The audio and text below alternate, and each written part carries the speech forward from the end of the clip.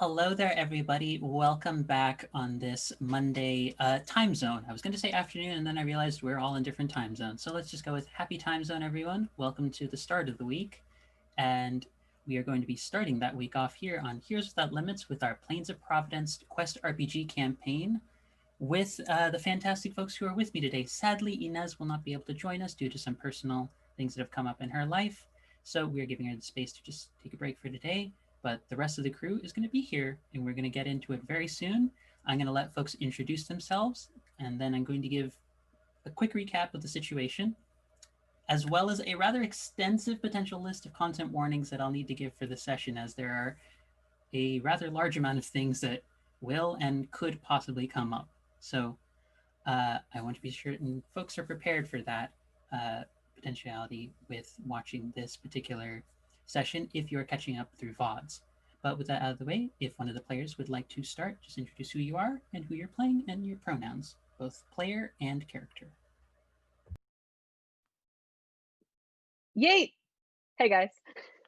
I am Jen, pronouns she, her, playing your friendly local naturalist, Serena, also she, her. I guess not so local anymore right now. But let's see if we can manage to get through this lovely cave without, dying. All right. Thank you, Serena. Next up. Hey everyone, I am Jace, and I will be playing Farron, the incredibly worried and, potentially soon to die ranger. Who knows what's going to happen today? Both there and my pronouns are they, them. Alrighty, and last but not least, Gabriel. Hi, I'm Gabriel. My pronouns are they, them, and air. I play Nim, the invoker, and their pronouns are they, them. And yeah, that's me. And the Eldritch Horror in my head can introduce themselves.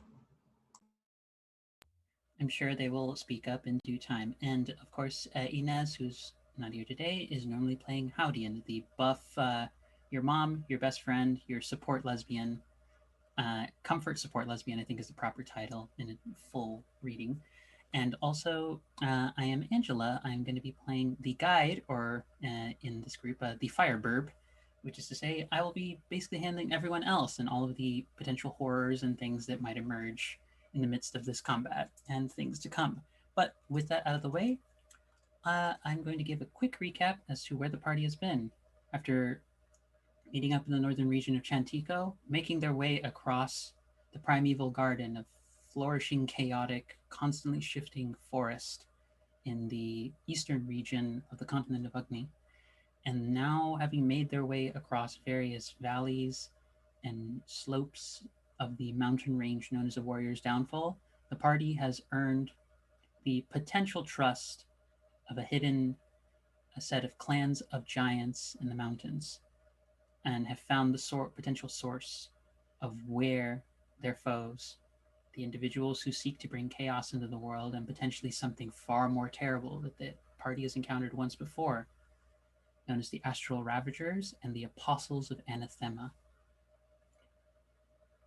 We leave off after a very difficult and very close to being fatal brush with what appeared to be a frozen and reanimated frost giantkin, and the acquisition of a new ally of Berta Caceres, one of the who might be referred to by the title of one of the voices of the mountain, a naturalist who has joined the party in the hopes of getting rid of this threat in her homeland. The party has, with her help, been guided to what is known as the Hearth, a recently established and essentially worked out cavern that sports a massive tunnel system that leads to various crypts and essentially a massive grave site for giantkin who have recently moved to the mountains. The party has managed to reach the entrance of the hearth and now awaits the chance to head inside and face whatever dangers await them. Now, content warnings. general ones that have happened are issues around mental health, body horror. In addition to that, descriptions of bestial creatures and kind of think cosmic horror along the lines of kind of Lovecraftian sort of affairs and such. And I'm also going to add potential content warnings for manipulation and especially potential possession and things of that sort, as well as violence and potential blood and gore. I, in my descriptions, try not to be explicit in them, but nevertheless, that is something that I want to give as a heads up to folks. And be prepared potentially for a lot of unnerving wraith-like voices coming out of my mouth. This is the thing I practiced for, so we shall see how that goes as we begin, after a few weeks of break leading up to this, Session 12, Awakening and Arrival. The party stands. There is cold outside, a gale of frost beginning to pick up, but you see the 6 insignias of the various giant clans lining the outside, the massive entrance to this cavern, roughly 26, 30 feet in height, the width at least a few giants wide. And with that being the case, I ask you all, are there any last things you would like to do to prepare before descending into this cavern? Yep, Nim is asking. Since the astral ravagers and some of the creatures are being controlled by the apostles, if we take out them, maybe we'll have a better chance. But also, since there might be the big troll things, I can write a sigil on something like Farron's coat in order to keep certain enemies away. Troll, manticore, apostle. Take your pick.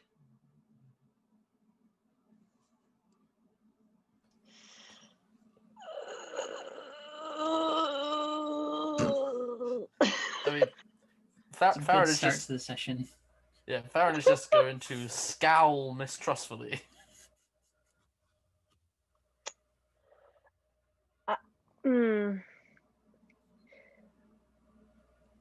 Yeah, my current plan is just like charge in as a bear or something.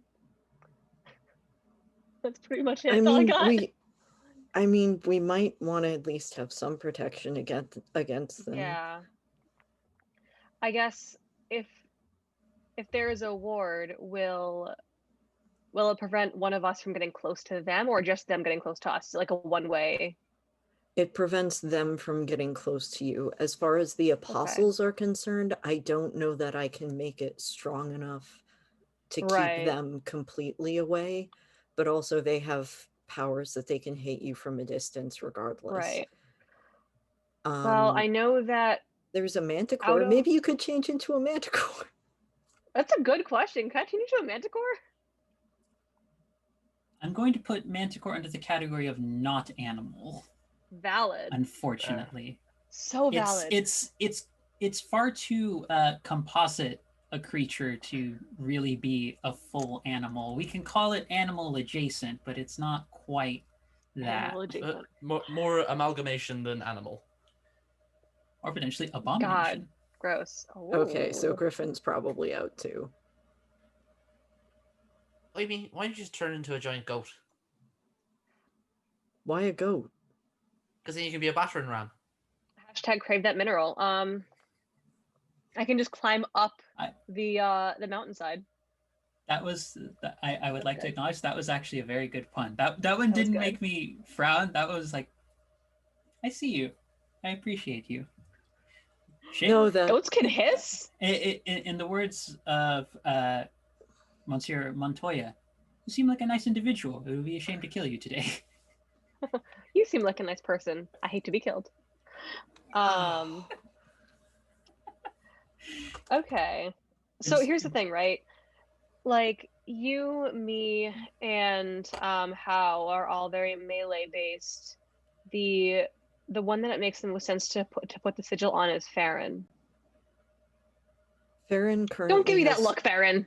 Farron currently has a sigil to protect them against the astral ravagers, but I'm not sure whether the manticore or the trolls might be a bigger threat.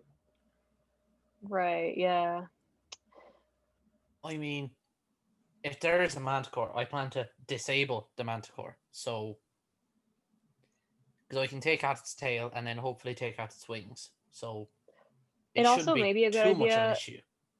to keep the sigil on the Ravagers just because we want to avoid hurting them as much as possible. That's fair. I'm not particularly incredibly invested either way, but I know that I'm going to want to draw fire if I can, just because I do have some extra pools of health that I can use to tank. Okay. So what are you doing now? So is it worth putting it on how? So that they're protected somewhat? I guess could they do that. They could hit, but the creatures wouldn't be able to get closer to them or her.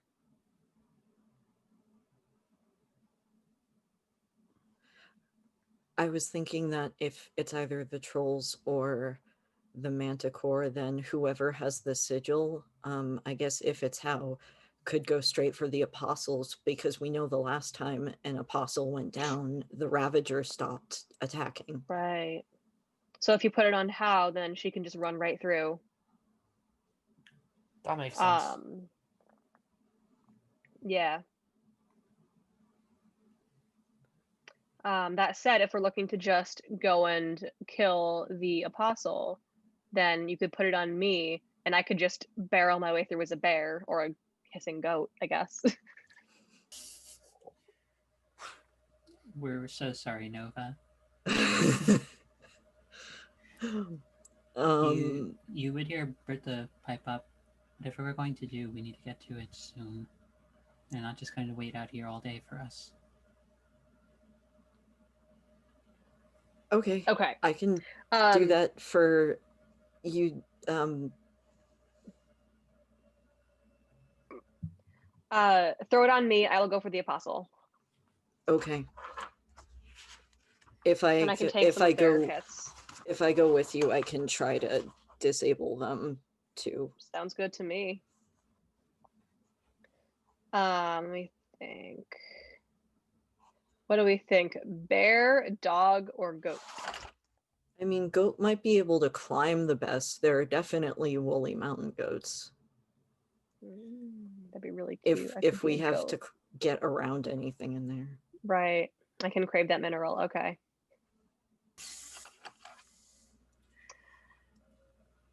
Okay. In terms of like being able to stop him, maybe a bear might be better. Yeah, it could just be a big lumbering wall. Yeah, well, they might just have to grin and bear it.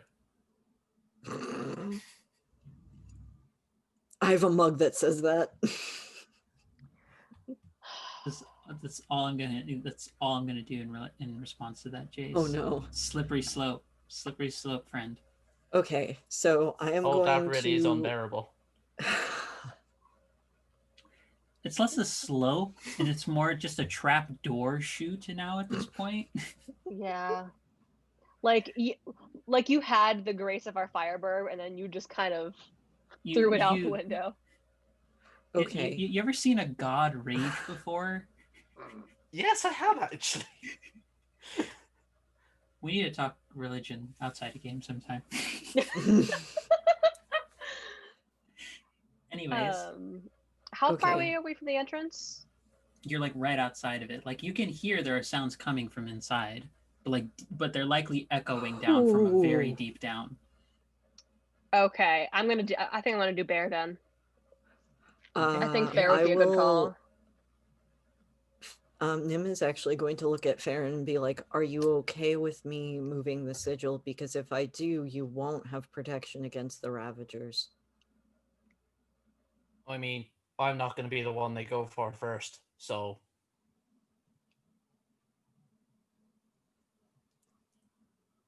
All right, I can move. I don't know what does Serena carry that I can write a sigil on. Staff, longbow. So you can write it on one of my toe beans. Sigil says- on a toe bean. I will bear the token. We'll of your... ignore the specifics because that's too adorable an image to pass Okay, up. well, okay. If Going on we're the toe ignoring the bean. specifics, I'm not gonna explain Just for it, this so instance, because it's funnier.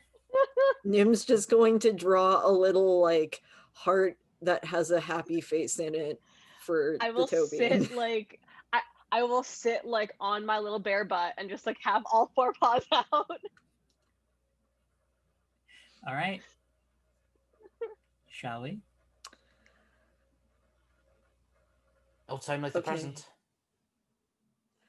I will Before- like crouch a little bit so Nim can get on my back. Before getting on Serena, I want to spend another 3 AP for Lawbringer. So I'm going to raise my hand for a second, and then there's going to suddenly be a glowing hammer in my hand. Oh, incredible. Is that a hammer? Yes, it is. Nice. It is Nice. steel. Incredible. I love it. Oh, you actually have a hammer. I was looking up something real quick on the ability, and I'm like, that's impressive. Yep, summon. Alright, so I'll mark off my thingy. That was so specific. I'll mark off my bare beans. Marking off bear beans. That's Marking off bare I'm beans. marking off, yeah, making sure I got that. okay. Shall we? We shall. Let's go and bear bean our way into the caves. Okay, Do you have an War order? Bear. Do you have an What? order of who's going into the cave? What your order is? You have a total of 5 people in your party, including Berta. I will go first because I'm a giant bear. And maybe was- they'll just maybe we'll be lucky and they'll see a bear and be like, oh shit, we gotta clear out. If it were a moose, it would be a different story. But a bear, Oh, we should have done that. too late. You chose a Yeah, bear. we've Accept your fate. You missed I could've- choosing the apex predator. we I have could have just written "fuck off" on the antlers. we have made a moosive mistake. You have made yes.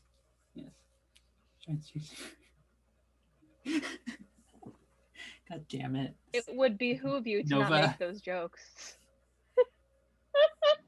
Carrying on. Oh my god. I'll say okay, so we'll say the order is Serena, Probably Probably. how. How, Nim, Farron. Oh, I thought Nim was on my Okay. back. Yeah, Oh, I'm well, yeah, on. Nim's on your back. Yeah, I'm so on so Serena. it's Serena and Nim up front. Then it's And Howdian, then then it's Farron, and then it's Berta. Yeah. Berta's staying back because she has some of her ability points still left, but she burned a hell of a lot to deal with the troll that froze her. She was not happy about being frozen solid. Valid. Yeah, that's fair. I also So- would be slightly peeved about it. You know, you hate to see it. You hate to see it. Right. You begin moving through this cavern, and the first thing you notice is that while there is enough room for what a giant-sized person would be able to go through, the whole of the space, just by the lack of light, the only light that's coming through is from the entrance you're going in, and you start noticing over time that the tunnel you're in just starts to slope ever so faintly, just kind of going downwards. And every so often you see along this main path, like in sections of the wall above you with the faint bit of light that is making it through down below, you see what looks like burrows, like various holes all across the ceiling and the walls. Man-made or creature-made or natural? They look bigger than a humanoid, and they look as though they're almost sharp, like pincer-like points that have been dug into in certain parts of the walls, like something's been like piercing through it, like with a pickaxe. But it's far too Amazing. big to be like a pickaxe. Oh, badger moles. I'm not giving you Do any badger of moles, us Jen. I'm not giving. do any of us know what these things are? I guess Hal would be It, the person I'd ask. it definitely feels very. The shape of the slash marks and the piercing marks look very similar to a lot of the Ravagers you've seen before. I'm like, ah, yeah, these are Ravager marks. And you do all, as you're beginning to make your way down the tunnel, start feeling slight tremors. Like earthquakey tremors or someone's drilling down their tremors? Like it's hard to tell because of the way sound is echoing. Just going.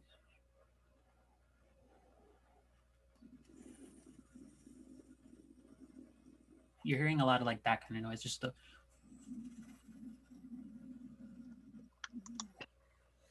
And as it's happening, it's hard to tell where the sound is. It sounds like it might be just deeper down in the tunnel, but it's hard to pinpoint the location. Okay. There's no light coming from anywhere, is there? There's no like light at the end of the tunnel kind of deal. I mean, there could be a light at the end of the tunnel. Would you I mean, like I'm there sure to be a there light is. at the end of the tunnel? So, Lawbringer summons a spectral warhammer into your grip. The warhammer is a one-handed weapon that deals 3 damage. It appears to crackle with blue-green light and leaves a reverberating sound in its wake. So I have light. Not a lot, but... So your light, as it's flickering through this, we'll say that's the light that's letting you see more clearly the actual shape and size of a lot of these little, essentially think of it almost like pock marks, but burrows all around the tunnel. As there's also at certain points what looks like sections of the rock have been burned away, but not by fire. Like something caustic has been put on it. Oh, delightful. I love some acid ravaging. Yay. We also know that the Manticore last time, the Apostle seemed to be controlling it. So again, maybe if we take out them, we don't have to try to fight these things. I'm very into that idea. Do we know how far down we have to go for this? You don't know. I would say I'd leave that up to a roll from the party to try and determine where the proper way through is. Because Bertha, she hasn't really gone here that much. Like, this is not a place that she's felt like she has the right to go into. She's only a protector. Petition to roll for cave diving. Okay, we'll say Serena is taking it. Okay, let's roll a polar bear die. It's light blue. 15, not bad. Okay, you managed to make your way through there's a lot of tunnels in here, Serena. Like, it's becoming think like anthill levels of like oh shit. Like, and a lot of these look extremely recent. They do not look to be made of giantkin design. They're also not big enough to be giantkin, but you make obvious conclusions that, like, okay, if those are the ones that are being made by them, it can't be the ones that are naturally have been done by the giants and such. So you keep going downwards, and you're starting to get a sense of which way you might need to go, just noticing that there are distinct sigils that mark almost like stop points along the path. It still slopes down, but it's also at this moment that you start noticing the tremors aren't distant.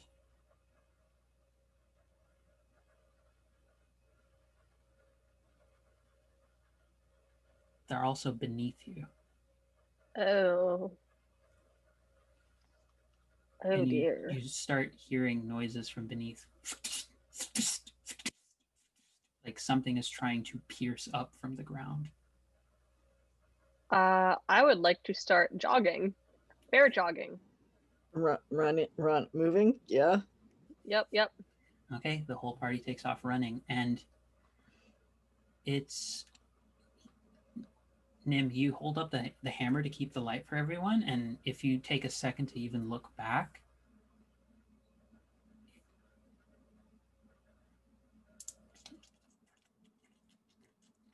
you just start hearing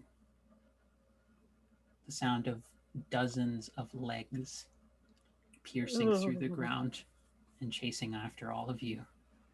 Like Ravagers? We gotta. Oh yeah, a lot of them. Everyone's. I need Everyone to the.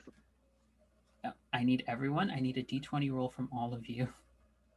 Also, and I need stay justification. Yeah. Stay near Serena. Yes. As we're moving, I'm going to shout for everyone else to pass the bear. I will start taking up the rear. Okay. I need a d20 from everyone. Jace, if you make a joke, I swear to God. 16. Okay, I need a d20 roll from all of you to keep up with Serena. 18. Okay. What should I do? Same as you, same as everyone else. You're trying to stay on Serena. Oh, Yours fair. will be to stay on her. This is to determine whether or not you're not going to go careening into them and fall off. So 11. That's just a success. I'm going to roll for Bertha, and I'm going to ask the group, would you like me to roll for Howdian, or would one of you like to be responsible for Howdian's rolls? I don't want to be responsible for any particular death, so no, thank you. I'll do it. I'll do it. Okay, Serena, roll for Howdian. This first roll will be for Bertha. What could possibly go wrong? Okay, that's a 9. That's what could go wrong. You succeed. It'll be a tough chance, but we succeed. Bertha is also a 9. So, do you want damage, or do you want some of your gear to be lost for both of them? God, I think we have to. It's got to be gear for. It's got to be gear. Yeah. Oh, we're just continuing the How and I just always lose our gear. Actually, Nova, you are correct. This is pretty much the evil forest chase scene right now, but with Starship Troopers flavor is essentially what we've set up right now. But you see, Berta, the quarterstaff she was using to help channel her abilities, falls back, and she runs back to grab it. And a few of these creatures, they start pouncing on her. She takes 2 damage only from this, but she'll get her staff because she knows she needs this in order to do really anything. But she's already taking some damage from moving down here. The rest of you, you managed to make it through. Howdian, I'm going to write a note to myself. I'm just going to make the note because you're choosing gear. Loses personal blade. A weapon that's valuable to her from a friend.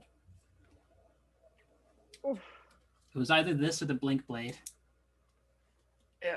Don't think she wants. I mean, they're important for different reasons.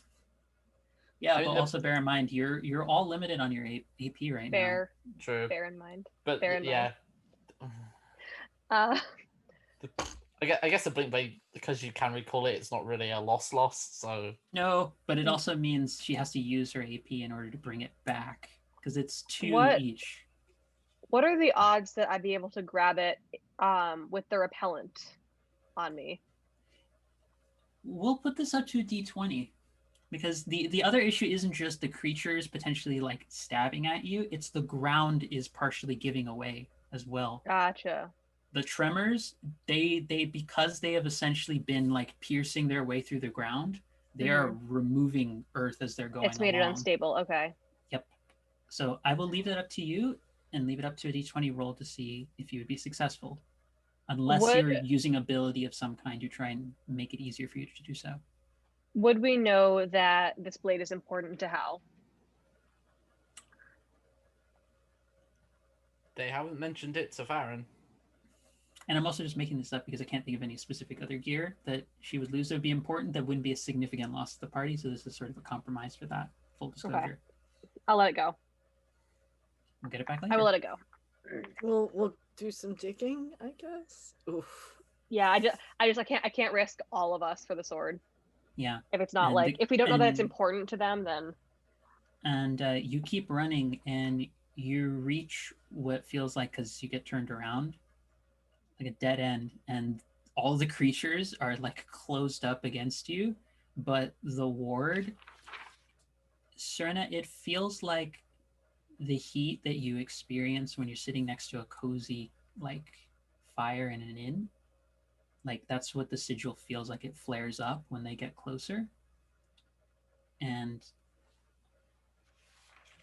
all the creatures are like backing off from it. They keep trying, like Farron, because you and Bertha were in the back, they keep trying to like lash out and grab at you. Like they're looking for any moment you turn around, and you just see one of them just trying to. But the moment it gets within, like let's put it about maybe a hand width away with one of its long pincer claws, it just gets repelled by the sigil. I would like to take a single paw and just shove it out in front of Farron. Beans! Beans! Nice I little, repel you in the name of warm beans. toe beans. But there's another tunnel entrance, and it looks like this one is slopes back up. How many people will fit on a polar bear's back? That's a good question. Polar bears are big. I'd give it 2 for the sake of mechanics. Okay. Farron, how do you feel about sprinting ahead while we bring up the rear? I swear to God, Jace, I swear. I don't have to say anything. I just do a look, and everyone knows. I specifically didn't say come from behind, but now that you've said it. Children. The lot of you. Children. I'm being good. And I've killed them. It's all because me and Jason are the problem children. Oh. I have understood this very quickly. Oh, far reduced to that. Oh. Carrying on. You make your way. Unless, Farron, were you going to say something? I was going to, and it's just gone. It's okay. You carry on, and you're just hearing the sounds of these creatures all around you. Like they've moved back, knowing that they can't actually get through. They all have done the like. For anyone who's ever seen the live-action Constantine film with Keanu Reeves, where he lights like holy scripture and there's a whole bunch of like demonic bats that are suddenly around him, it's that kind of pull back element right now. You're very much in the state of like they want to get closer, but none of them can, and they're just all like kind of just staring now from out of various little pockets in the caverns. Like, Gabriel, your light doesn't illuminate everything in this cavern, but every little bit that you do look up and see, there's just a couple of them peering out of the walls from different spots. Oh, they're so cute. Okay, they're kind of cute now. Okay, but we gotta kill those apostles. We gotta kill them good. We do. Okay, let's go. And in the I guess distance, we'll continue you hear, jogging, right? in the far distance, you also hear, for some reason, there's another party, and you hear a wizard, and for some reason, you hear the words Balrog. No, I'm just kidding. I'm fucking with all of you. There is no Balrog. I'm not pulling one of those on you. I swear. I don't have it statted. Otherwise, I would consider it. You don't want to fight a Balrog? No. I kind of do. I gotta say. In terms of its weaponry and its look, you could just use a Balor. I mean, yeah, basically, because Balar is just the code like scraped off of it. Yeah. We can fight it from the deepest dungeon to the highest peak and smite its ruin upon the mountainside or something like that. Carrying on, you the tunnel, it narrows to where a giant king could just get through it, and you arrive in a central chamber. It is like think of the same sort of terraced kind of farming pattern that the village's design had, but this one, think of that, the terraces for each of the crypts of the giant kin that are here. Like, you can tell it's almost like slots. Like if you've ever been in like not a graveyard, but like the mausoleums where they actually put the caskets into it, they're kind of slotted like that. Think of individual, almost like shelves for each of like the spots where the bodies have been laid down to rest. And you see there are 6 pillars, each with an insignia of the giant clan leaders. And you swear you hear something growling in here, but you can't see it. And you see that there is a cloaked figure, and there is a flame waiting in front of a rather large crypt, like grave, right Oh no, there. if this is Dark Souls, we're doomed. I think in the telepathic link, I'm like, charge? Question mark. I'm just like, it may not be a Balrog, but there is shadow and there is flame. Nim holds up the little the hammer thing to see better. Charge?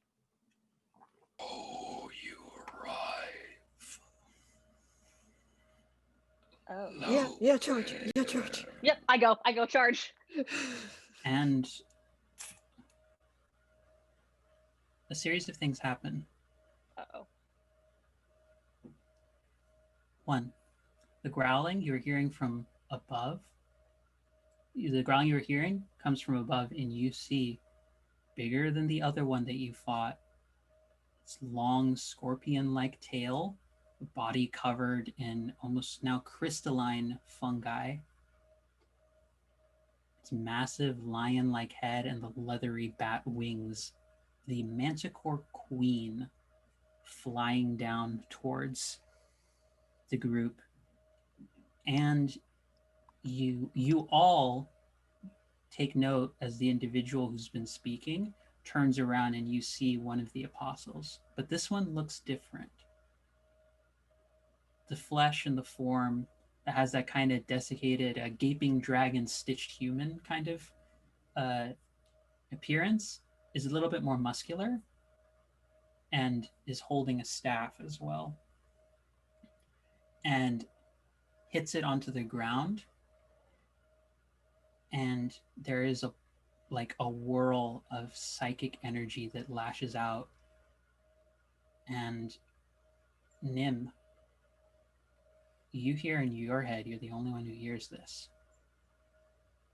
You didn't think this was going to be the same fight as before, did you? Let's make things a little bit harder for all of you. Promise. Farron, what is your total AP right now? 14.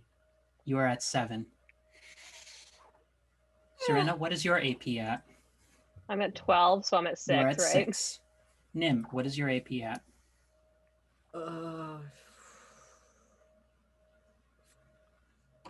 11. You are at 5 now. Berta is lowered and Howdian is lowered. This psychic well of energy erupts out and connects with Nim, and it's like a pulse of energy acts as a relay from Nim outwards. The whole party loses half of their ability points. And we're going to move into an action scene. And starting that off, the horrifying appearance of this creature is so devastating. I need everyone to roll a d20.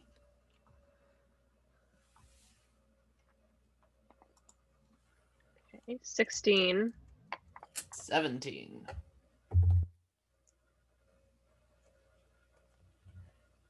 What is yours, Nim? Mine is 14.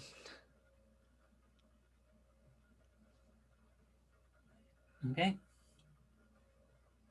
Would someone like me to roll for Howdian, or would you like to roll? Or do you want me to roll for Howdian? Got you. Okay. 17. Okay. You all feel this deep well of piercing fear try and take hold at looking at this creature, but you all steel yourselves enough that you are not stunned for this turn based off of its horrifying appearance. As this is an ability that creatures can get in Quest, where they can just straight up are so goddamn scary, you lose a turn. Incredible. Bertha, however, is just scared enough though she can't move. She got a hard choice, so I'm giving her she succeeds, but she can't move. I'm going to tell you right now, all of you are in range in terms of your distance category of the apostles, because right as you tried to charge, the Manicore just flew down to greet all of you. It is flying up in the air, but it is probably more nearby. But the apostle is in range, and 3 of the pillars are nearby, and 3 of the pillars are in range. This is the setup for the fight. Players, as always, for starting an action scene, go first. But remember, you're at half your abilities, and you just avoided being stunned. So get to Love it, it. everybody. Boss fight on. Wow. Cue the Gwyn music. Yeah. Are there, from what you've said, I'm not able to get to the apostle this turn, correct? Yes, because you're in range for the apostle, so you'd only Right. be able to get nearby to it Right. with your movement, Would I unless be- you spent your action to get into immediate Right. range. Would I be able to get to a point where I am able to attack one of the pillars, but also be nearby to the apostle? Yes, I would say Okay. moving up to the pillar will put you nearby to the apostle. Okay. Okay. So the idea is basically move to the pillar and attack it, and next turn go for the apostle. So let's see if I can successfully fuck up this pillar. Okay. No, I really can't. That's a 2. Okay. Caitlin's like, because this is such a much more big climactic sort of confrontation, I'm going to give you more leeway in deciding what the hard choice you would like to have between. Normally, this is up to me to give you sort of decisions, but I want you to be more involved in like what the kind of penalty is, because this is a case of you fail and something minor happens. So you try and lash out with the claws. They don't land or find purchase on them deeply enough. What else happens that goes awry? Maybe I lose my balance and Nim falls off. Maybe I get my claws stuck in the pillar somehow. Okay. We can go with that. You try and lash out, but it's not deep. I'm okay with falling off if that's a thing you want. Okay. Make the call now. Fall off or claws stuck? Fall off. Fall off. Okay, Nim. To get up and move everything, you have to give up your movement basically for this next turn. But that's where you're at. So that is Serena. Serena begins the confrontation, ignoring the Manicore, going straight for the pillars. That's Serena. I just like eat shit. Yeah, you basically just like, fuck, lash. You just hear just like a sorry. So, when you say pillars, I'm picturing like a pillar you can climb on. Yeah, basically think a kind of cylindrical sort of shapes, but they look as though they've had distinct runes and scripture in giant sort of speak carved alongside of them. They look as though they're quite sturdy, but there might be some points on the foundations that could also be shot and to help tip it over. Like you can tell there are certain things anchoring each of these pillars down. So that's another possibility for taking it down. One way is just brute force it. One way is to knock out its foundation. And another could just be straight up magic your way through this. So it's a matter of just what can you do and what are you going to do? I'm going to pay attention to the Manticore because Manticores are not fun, as has been discovered. So, oh god, I hate having to do this now. But I'm gonna burn the 3 for Deadeye and just take out the tail. So is it 4 damage with that? Because it's an auto crit basically. 4, and the tail is disabled. Okay. It's Tail I've seen that play before. I'm not going through that again. And then Thank you. I will go and try and climb up on top of the furthest away pillar possible from both Apostle and Manticore. Yeah, that'll still put you nearby to the Manticore, but it's kind of hard. The room is massive, but sort of working with the distance kind of mechanics that we have here, you'll still be nearby. If you want to get to the pillar, you have to put yourself nearby as opposed to in range. That's kind of cost. That's fair. But it's like it's just over now because I have the high ground. Wait, we have to take out the pillars, don't we? Yes. Yeah. Being in a better position to take them out, take care of the rest of them would probably put Jace wants to be like in an archery position, so either back or somewhere high. Yep. The Manticore, I will note for the record, does not like that, and it is very much looking at you. So Farron's got its attention. Serena has rushed to try and take out one of the pillars. Either Nim, or do you want Howdian or Bertha to take a shot at this? I wanna hold. Okay, so Howdian is going to, I believe the fighter has a taunt move, if I can remember what it is. It's somewhere here. It's not technique, it's size. No, she's going to do that, so everyone has a sense of what to prepare for, because that is going to be very useful. So she's going to look at it, and she's going to shout out the following information. Its swiftness of movement and its flight means it's quite fast, but its biggest advantage over all of you is that's flying up in the air. So you need to probably find a way to disable its flying in order to make it easier to deal with for your melee combatants. Its tail spikes are currently knocked out, but you can still see the sort of greenish liquid dripping out of it. And there are 2 additional things that are different from the previous Manticores as well. The fungal spores all across its body, they look as though they're feeding into its mouth. And it looks like it's getting ready to open its mouth up to do something. Oh, no. Oh, I think that'll be poison breath. That's what the kid's called, poison breath. And also, I would say this is sort of a tag team between Howdian and I'm going to say Farron, because you took a higher position. You took the high ground. She sort of calls out to you to ask what you see, and this will sort of be the information you're able to relay to the party as well, to sort of keep it like in the flow of this combat of multiple things. You notice around the top of its head, in the midst of its mane, there's like a set of almost crystalline shards that are glowing a pinkish psionic energy, and it looks as though that's growing in intensity as well. Like it might, and you recognize that intensity and that vibrancy in hue of color as the mind shatter that the apostle hit your party with in the previous encounter at the temples that just straight up stunned somebody. This thing seems to have that feature as well.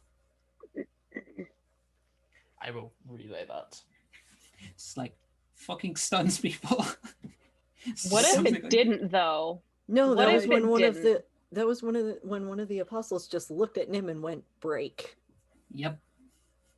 Except it's going to sound more horrifying from a creature that doesn't speak any sort of common tongue.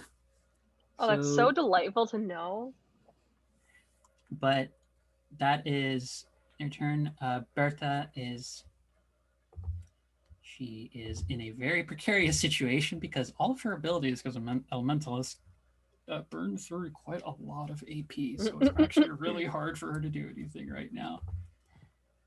So she is just going to rush forward to the same pillar that Sereno is at, and she's not going to use her feature, any of her abilities, and she's just going to try and take a crack at it with her enchanted staff to see if she can do anything about the pillar Serena tried to do before. So, Serena, I leave that up to you since you've been rolling. If you would like to be the one to continue rolling for Bertha, or I can do the combat-related stuff so that you have an easier time. Sure, I like to roll dice. Okay, roll for her. Okay, it's a 9. Okay. I'll give you a choice for what happens to Bertha. Yeah. She's going to succeed, so you do see the pillar beginning to crack. However, would you like something about the terrain to change, or would you like her to gain the attention of one of the other creatures? Terrain, please. Okay. You all start feeling tremors around you, and Serena and Berta, because you are the closest to one another, you feel the ground give way partially. Oh, yeah! You cannot move for your next round. Sexy. So things are just becoming more and more of a thing. I love this so much. Like, unironically, this is such a fun combat already. But We're doing so well. That's Bertha. That's Serena. That's Farron. That's Howdian. Nim, what are you doing? How far away is the pillar that Farron is not on from me? There are 3 nearby, 3 in range from where you are all starting at. To move forward would put one nearby, would put 3 nearby, 3 immediate to you. So there are 6 pillars? Yes, there are 6 pillars, 1 for each of the giant clans. They look as though there is a strong sort of pinkish set of strands that are connecting to a central point on the top of the cavern, funneling energy. And it looks as though it's starting to grow and make almost like a teardrop shape in the realms. It's nowhere near as big as the one that you saw at the previous temple, but you do recognize what that thing is. Yay.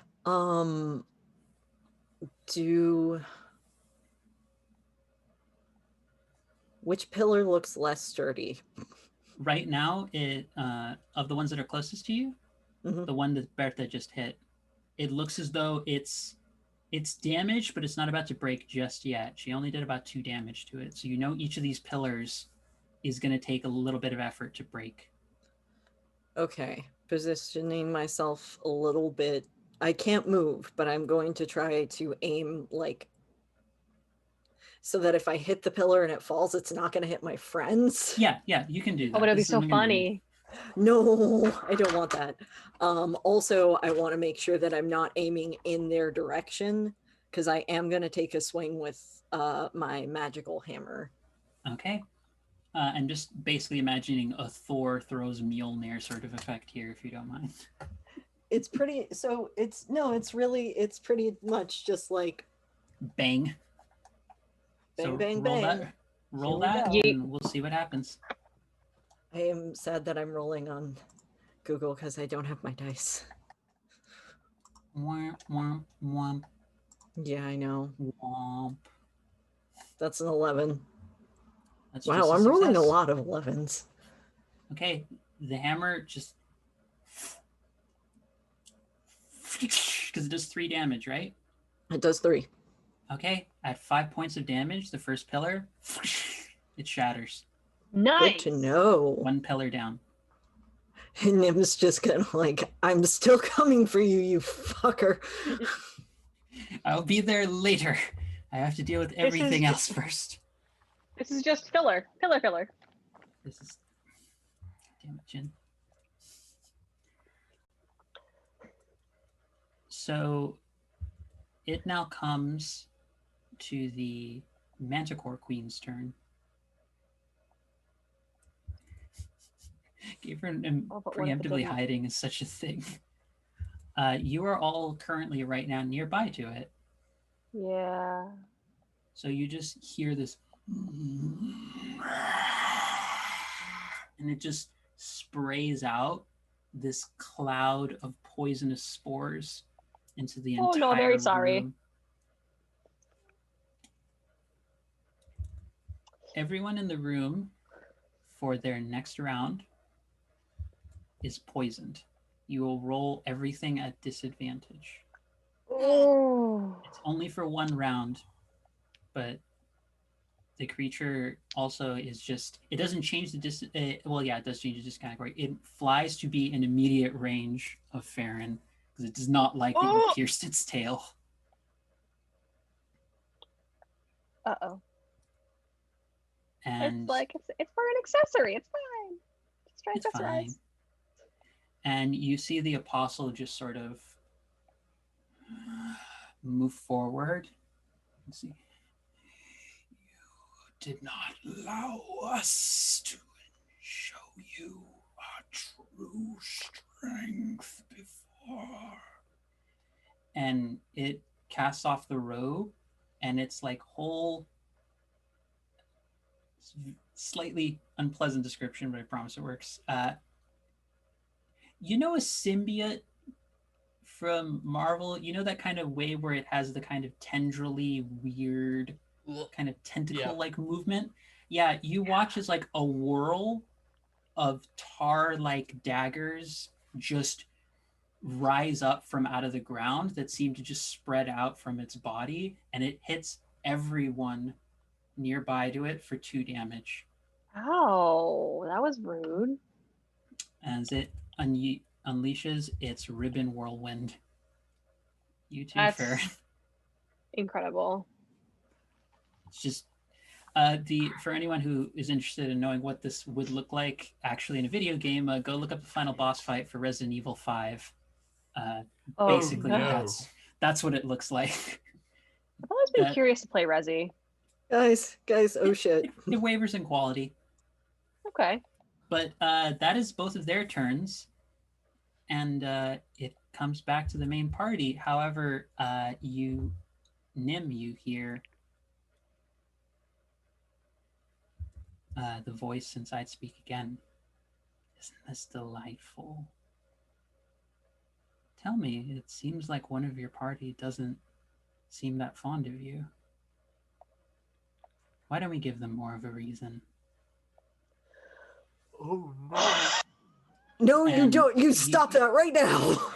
You watch as a pulse of what looks like a thread of psionic energy, like a teardrop, falls from the central opening in the room to the tip of Nim's hammer, and it creates almost like a small little javelin that it just fires, and it pierces Farron's arm. Farron, your ranged attacks are disabled for this round. Stop doing that, damn it.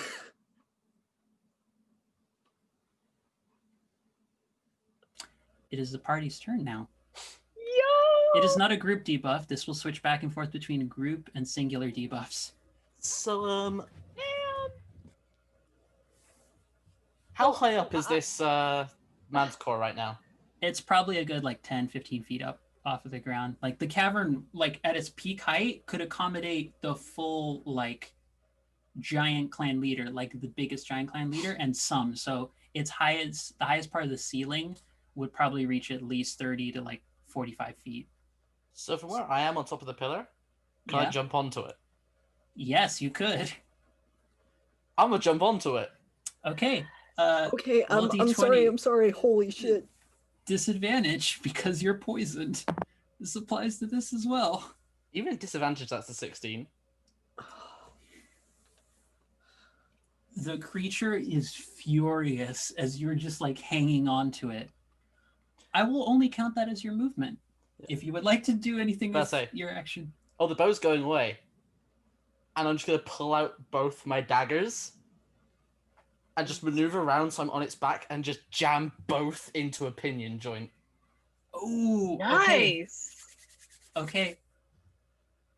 That will be an attack D20 at disadvantage because you're still poisoned and it's for the round. 15. Okay. I will give you, because you specified, I'm going to give you an option. Either no damage and you disable one of the wings, or you do the damage. Or it'll be amplified damage. Okay. The manticore just howls out and roars in pain. It seems to, like, you didn't hit like deep enough to inflict too much actual damage to it, but it seems as though you've bent one of the shards and fungi clusters right along it where its wings are connected to the body and are piercing into it, so it's like tearing some of the wing and it starts descending down.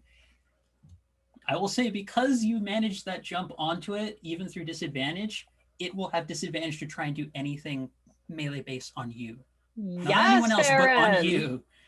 Because you pulled that off, and that's such a ridiculous move, but so classic and good, I'll give you that for free. That it'll have disadvantage to try and hit you with anything that it does, because it just can't Yes, reach you Farron. clearly. But you are like getting, it's like riding a fucking buffalo right now. You just, or like was it a bull? Like it's Yeah. trying to like buck you off wildly right now. Yeah, we are currently a rodeo clown. And So that's Farron's Gosh. start. no, I can't move, right? Because You can't, because the terrain was unfortunately. weird. Okay. The terrain that I'm at is, or no, the terrain. The pillar that I'm at is already destroyed? Question mark. Yes. I will Okay. say there, like, you can't move, but because it's in relatively the same distance category, you could try and do something towards the other two pillars. That's just mainly because it gives you something to do, as opposed to just not I would making like the to fun. please- Like, I would like to please try and kill the pillar. kill the pillar. Um, Make your attack. I'm just gonna like back paws stuck in the ground. I'm just gonna like lash out with one of the front ones. Roll that Disadvantage, dice. correct? Yes, because everyone is poisoned. All right. Well, no, it's a 7. Or wait, no, is So- that tough choice? No, that's Yeah, just no, not. that's 6 to 10. 6 to Oh, 10 it is is a tough choice. Hell yeah. Okay. This one, I have some suggestions. Okay. Either attention, something else in the room begins to appear, or something in the pillar does backlash. Ooh. I think it would make the most sense to go with backlash from the pillar. Okay, you're cutting into this pillar, and it's your claws pierce through, and it's 3 damage in your current form, right? So Yes. it looks as though it's beginning to crack, but elements of it are trying to like collapse on top of you. Ow. So I will say you will take 2 damage in this form Okay. from just trying to deal with breaking through it, and aspects of it are beginning to fall apart. Okay, so 2 damage. Got it. Well, I did more than it did, so there. That works out. But Howdian, seeing that Farron is giving essentially her a chance to try and go at it, she's going to run and try and leap up with the sword to try and like dig it into the other wing, but she's also still at disadvantage. So Jen, if you want to roll that, or I can do that. It's a Let's disadvantage. do it. Let's do it. What's the worst that can happen? Oh, that's a 2. Okay. I love Do it. you want Howdian to get hurt, or do you want Farron to get hurt? Oh God. Oh God. How are they both look? I guess that shouldn't be relevant. Oh God, what do you guys think? I'm low-key leaning toward Farron because they're already kind of sad. Howdian would never want to hurt Farron, though. You're right. Okay, so we'll go Hal gets hurt. Howdian, it's this epic moment of like trying to leap, but you can tell like she's like slightly like struggling, like probably rough to say this, but it's almost like she has like asthma attack beginning to like come up, and she just isn't able to get as high up, and the creature, while it's bucking wildly, like Farron, you have the clearest view of this while everyone else is dealing with stuff. You just watch as one of its long, massive clawed paws just bats her back down onto the ground. Ooh. So Howdian will take 2 damage from that, as she's trying her best to like come and help you with the opportunity you've given her, but the poison is proving to be a problem.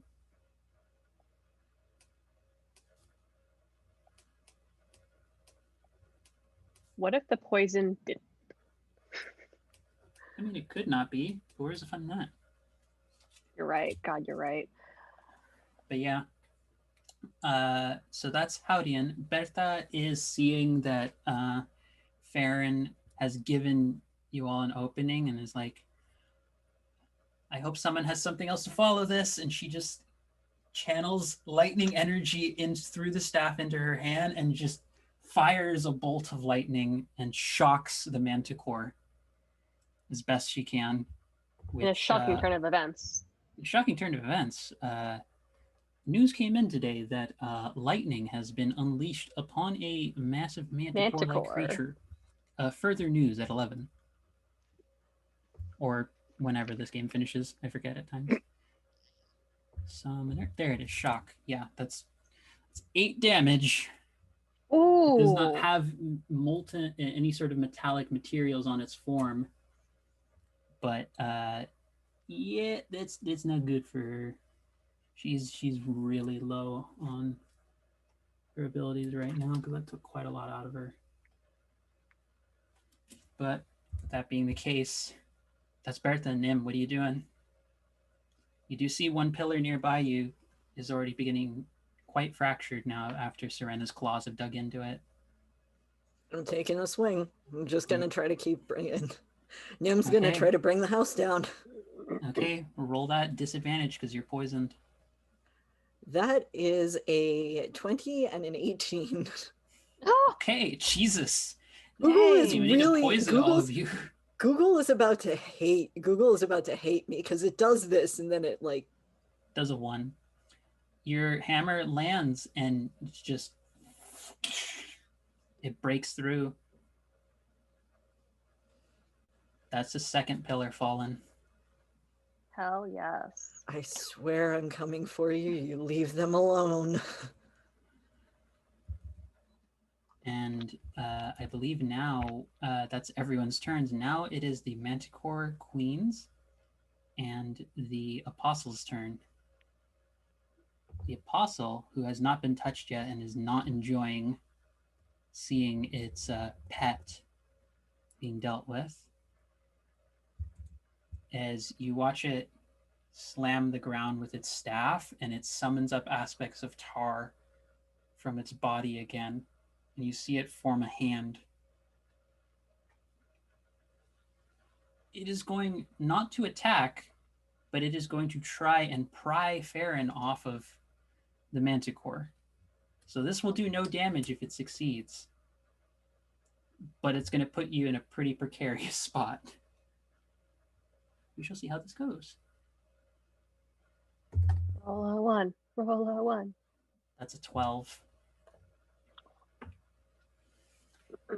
So you watch as the hand doesn't grip you strong enough to hurt you, but it's put you back in range where the Manticore no longer has disadvantage.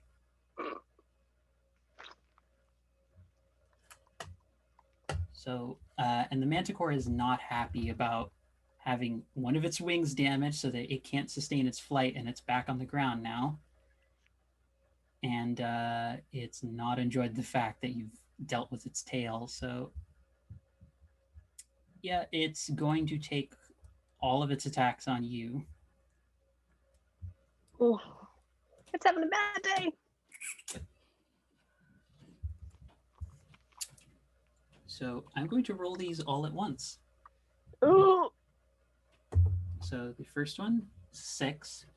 The second one is a 16. Third one is an 8.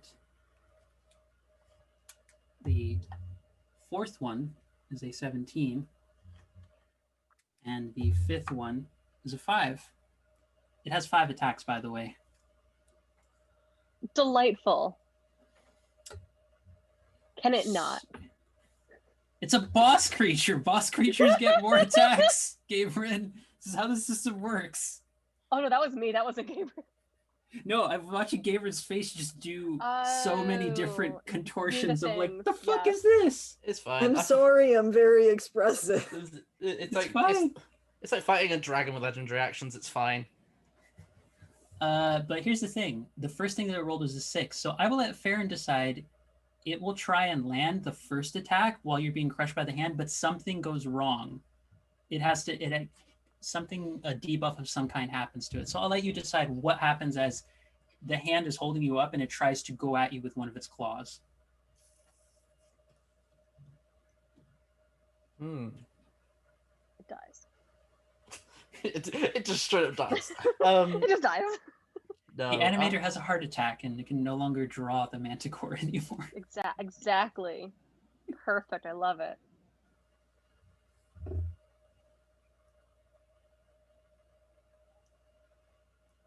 I'm not actually sure what I want to happen. So range of ideas. Could be something related to its movement, could be something related to what happens with the rest of those attacks. Because it also rolled an 8 later, so if we want, we can stack these to be, because we're playing around with the rules a little wishy-washy, Ooh. we can make it something much more significant. So But this some of thing's- these attacks are going to land. Yeah, so this thing's made out of tar, right? That I'm being held by? Yeah, the hand is tar. So you could also be something related to the tar hand as well. But I say if it misses me, but like hits the tar hand Okay. instead, so the tar hand's like got less of a grip, I guess. Yeah. So you'll be able to move, and it will. I'll reimpose the disadvantage on the next round on it trying to do that as the claw misses. But 3 of those attacks are going to potentially land on you. However, because I'm pretty certain this is what Howdian would do, she is going to use her intercept ability. That makes sense, yeah. Which she only has a few ability points left. And she is going to put herself, because she's nearby, she's going to leap up and like bat the claw, both of the claws and the bite coming towards you. And she's going to take all 3 of them. Oh, shit. Howdian is looking very bad right now.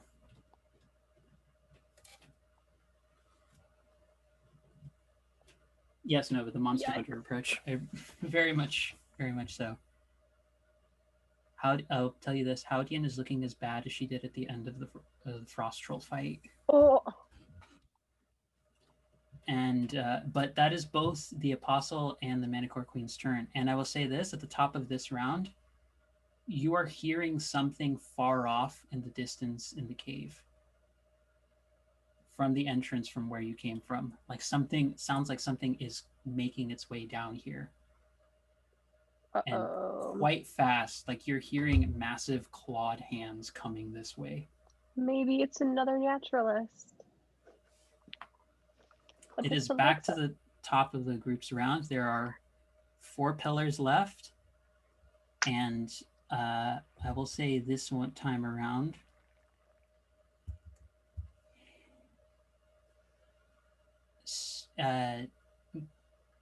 Nim, you hear the voice speak again.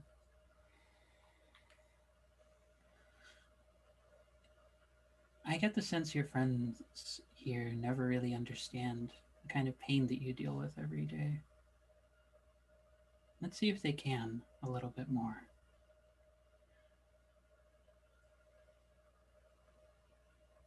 You feel, Nim, like the kinds of constant, like chronic pain that you've dealt with in your hands. It's gone for a little bit. Everyone else, your abilities will all take 1 more this turn to use, 1 more ability point to use, as this creature psychically transmits that the sensation of those pains from Nim over to everyone in the party. It will cost 1 more AP to do everything.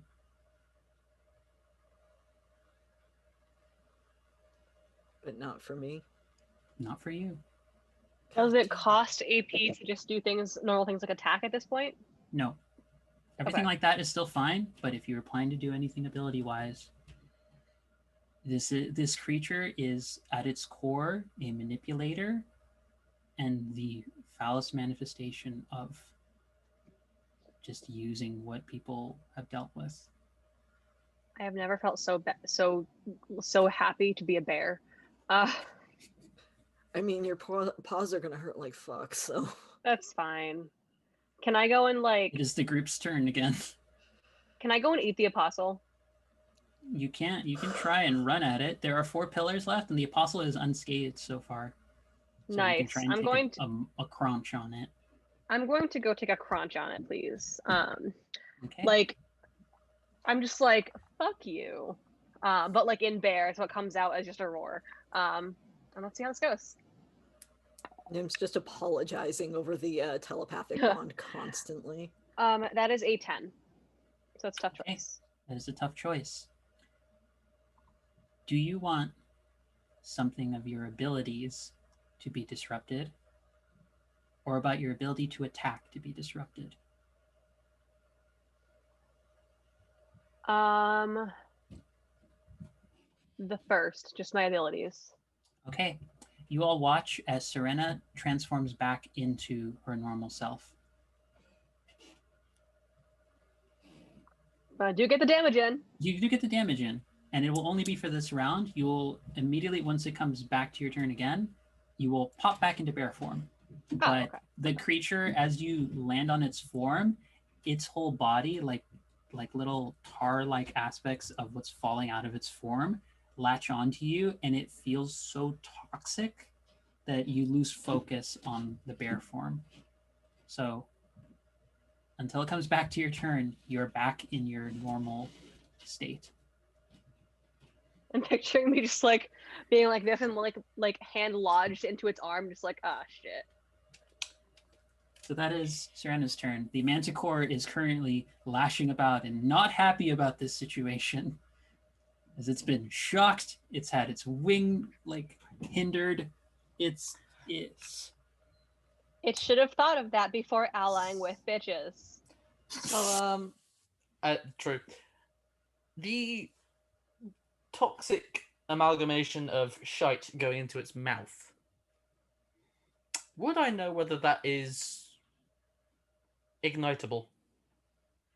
I'm going to say yes, just because whatever thought you have coming after that statement is sure to either be chaotic or enjoyable, and I'm here for it. Let's pull the bow out, just like pull an arrow back and just say, whisper to myself, time to heat things up. As I just like fire off a burn. So try. Incredible. So give it a shot. Roll the d20, see what happens. 19. Okay, the burn damage will go through, so that'll be the 2.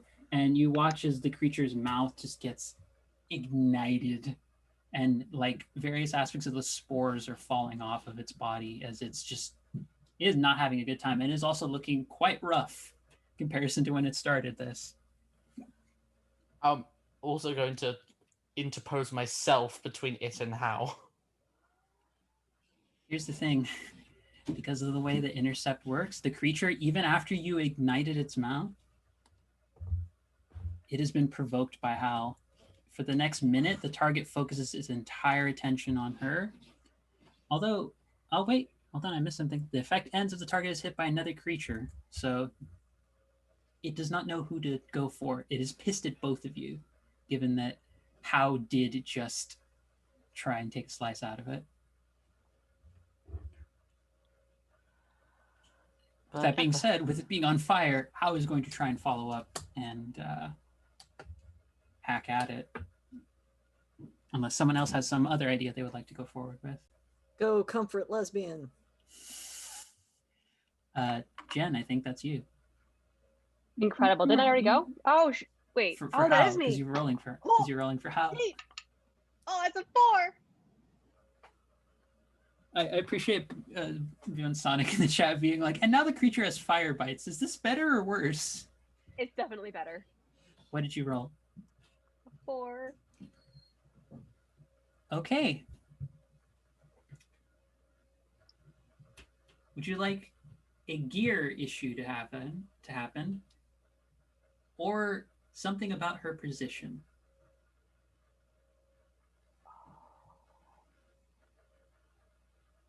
I feel like I gotta go with the running gear thing. She tries to make the blade strike. Uh-oh. The Manicore bites the blade out of her hand and is now currently holding onto it while its mouth is on fire now. She has lost the blade. Well, while you were all busy lighting it on fire, the Manticore was learning to study the blade. Oh my or rather God. retrieve the blade. Oh, this is so ridiculous. This is so bad. I'm in love with this fight sequence. Howdian is also realizing that given how bad her wounds are, she's going to try and back up because she does not. She wants to be able to help everyone, but she is running low on a lot of stuff, health and abilities. So, yeah. That's How. That's Farron. I think we had Bear Bite, and now Bear Debearization. Bertha and Nim. Nim, do you have a sense of what you're doing? I'm so torn. Bertha still has a turn? Bertha still has a turn. I don't know. Can I please hold? Hold, please. Sure.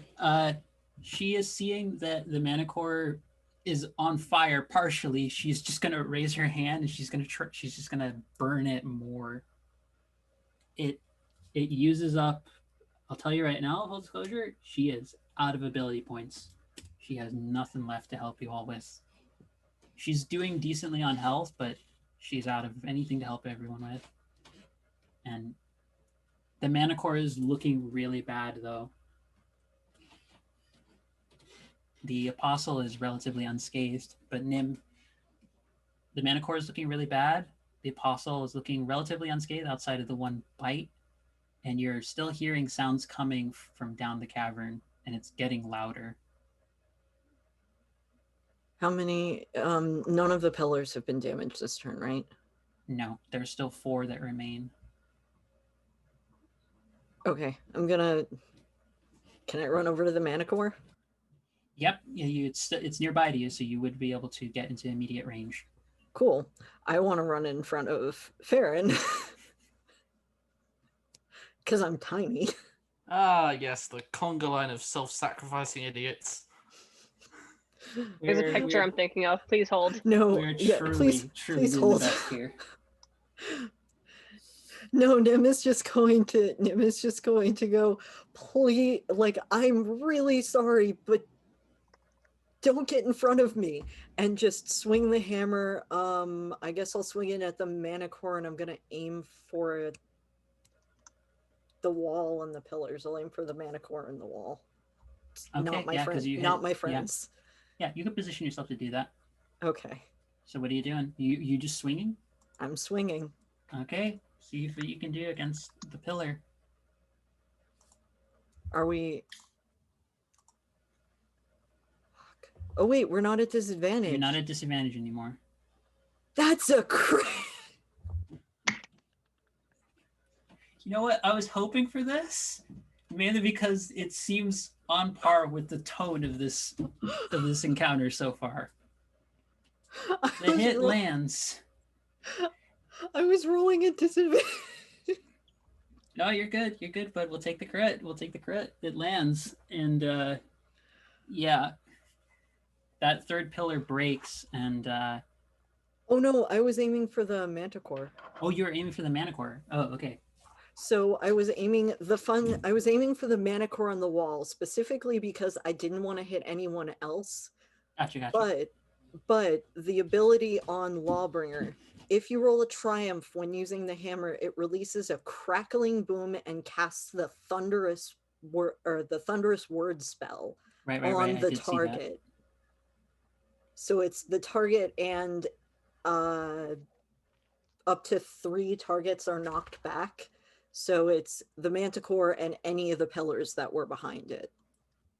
We'll say, given that I think the wording on Thunderous Word, facing which knocks up to sweet creatures backwards. Didn't take distance. I'll say for the hell of it. Yeah, we'll say it hits all 3 of the other pillars as well. The Thunderous Word part of it. So that's going to be 3 pillars take damage, and you see the Manicore.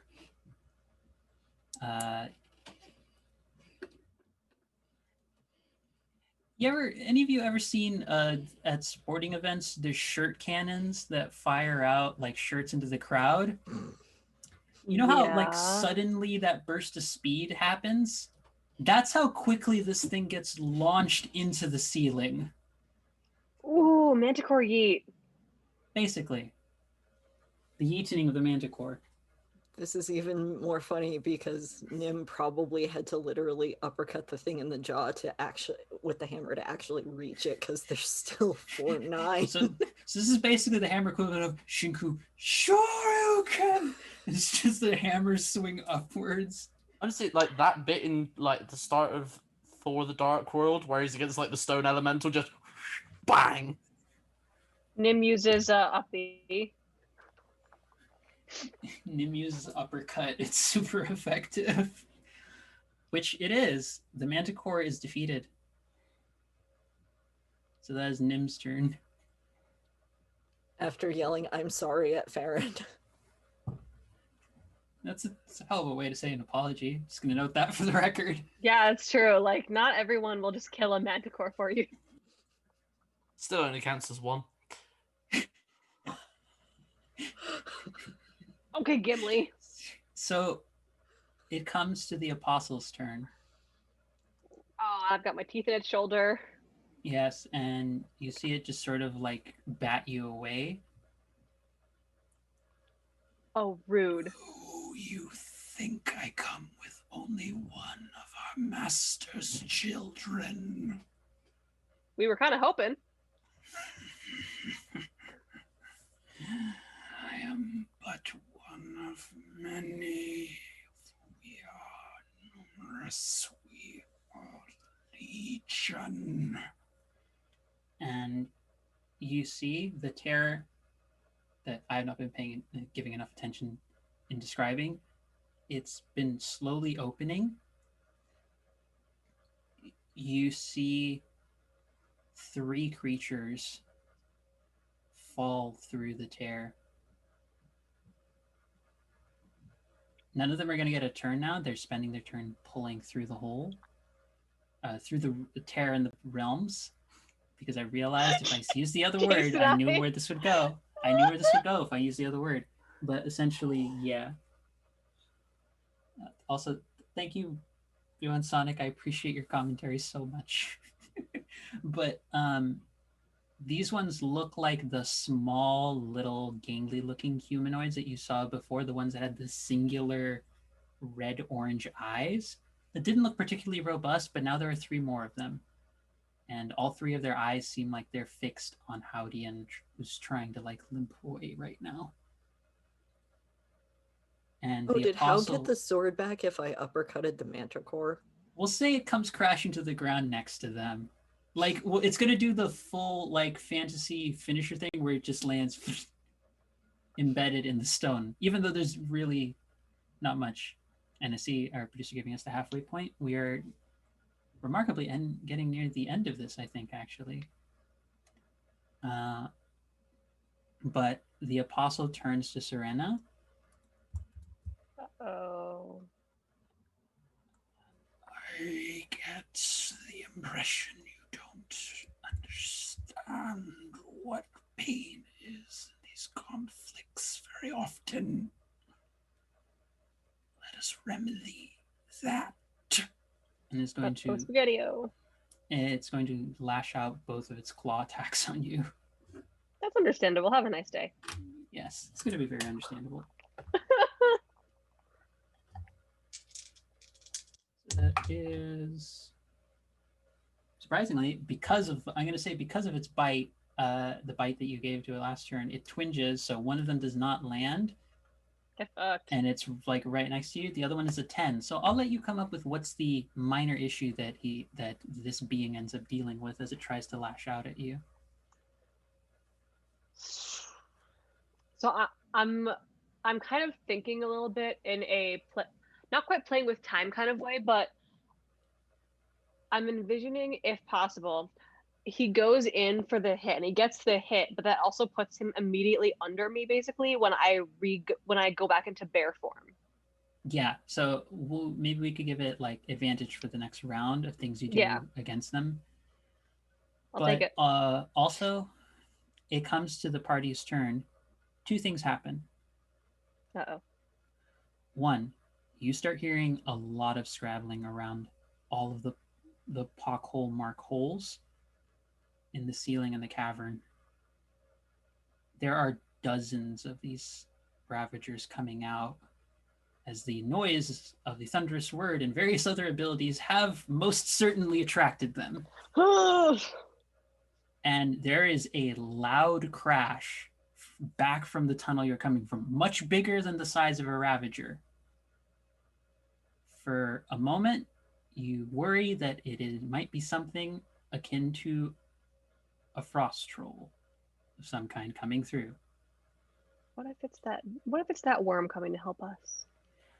Funny you should say that, as the appearance of the creature in its long, scaly reptilian neck, sticking its head through the end of the cavern entrance, is Marbell the Frostgale. Marvel! Oh my god! As I put a I cap love on this this dragon fight, so much. I put a cap on this fight of if you could last 3 turns without getting entirely ruined, Marbell would be coming. And Marbell's whole body just fits through the entrance of this cavern. It's like, What do I deal with next? like you have a dragon. There are 3 pillars, and there are currently 4 enemies in starting to converge, and dozens. What do you do?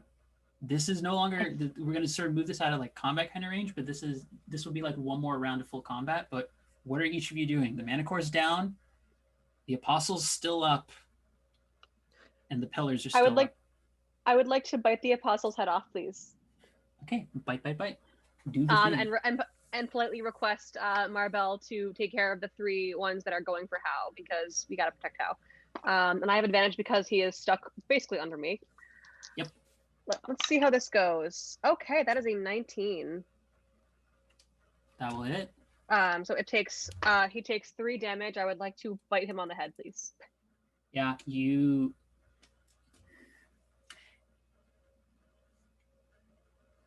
I will give you one statement as a way of describing what it looks like. It's like stitches breaking. Ooh. I don't need to give any more detail than that. That should cover it. Yeah, that covers, that pretty much covers it. Yeah. You do watch as Marbell, I'm just going to roll because Marbell, he has, I believe I gave him 5 or 6. No, I gave him 6 attacks. It's a dragon. I mean, yeah, I'm not complaining. Just slow attack. So that's hilarious because wow, that is amazing. 2 crits, 2 fails, and 2 hits. So jeez. Yeah. So you just watch as Marbell eats one of them entirely. Just like if anyone's ever played air hockey, like a nice air hockey table, just imagine the thing hitting the puck is Marbell's claw, and the puck is one of these small little creatures. Just ding. So gone. one eat, one yeet. And another one is just deleted. So 1 eat, 1 heat, and 1 delete. Oh, I love it. But Marbell also starts to notice the tear in the realms beginning to happen, and also is noticing the pillars and tries to go for it, but has accidentally buried one of the pillars now in more rubble. So that one will have more health to get through. Is Apostle still alive? The Apostle is still up. Hurt, but not like a death's door. I'm going to hopefully combine my move and my attack, where I'm going to, as I'm moving towards the Apostle, launch a dagger and deadeye it, and aiming for the arm that is holding its staff. Mm. It's like if you've ever seen a dam get like a puncture hole, like a hairline crack that suddenly becomes bigger crack, but tar around where its shoulder joint is, where the creature like howls in pain. Cool. It is still up, barely. As I get into immediate range, can I try and take its staff? I'll let you do it. Roll a d20. 15. The staff, you are able to pull it out as it's lashing about. It isn't able to hold onto the staff for very long. Whew. Mine now. Ooh, what's this do? Your staff? No. So My staff. How about our Wait. staff? okay, that works. I'm gonna have Howdian and Bertha do a team attack on the apostle as they both move up. I'm gonna say normally this doesn't work because normally blink is its own thing. I'm going to, just for the sake of rule of cool on this, Howdian pulls out the sword, and if anyone's played Final Fantasy 15 with the warp strike sort of system, throws the sword directly into the chest of the creature and blinks over to it. And because it rolled a 19, I give it to her. It's still up, and Sperta is going to try and just smack and follow up with the staff, which is a success. And that is the last bit of the Apostle's health.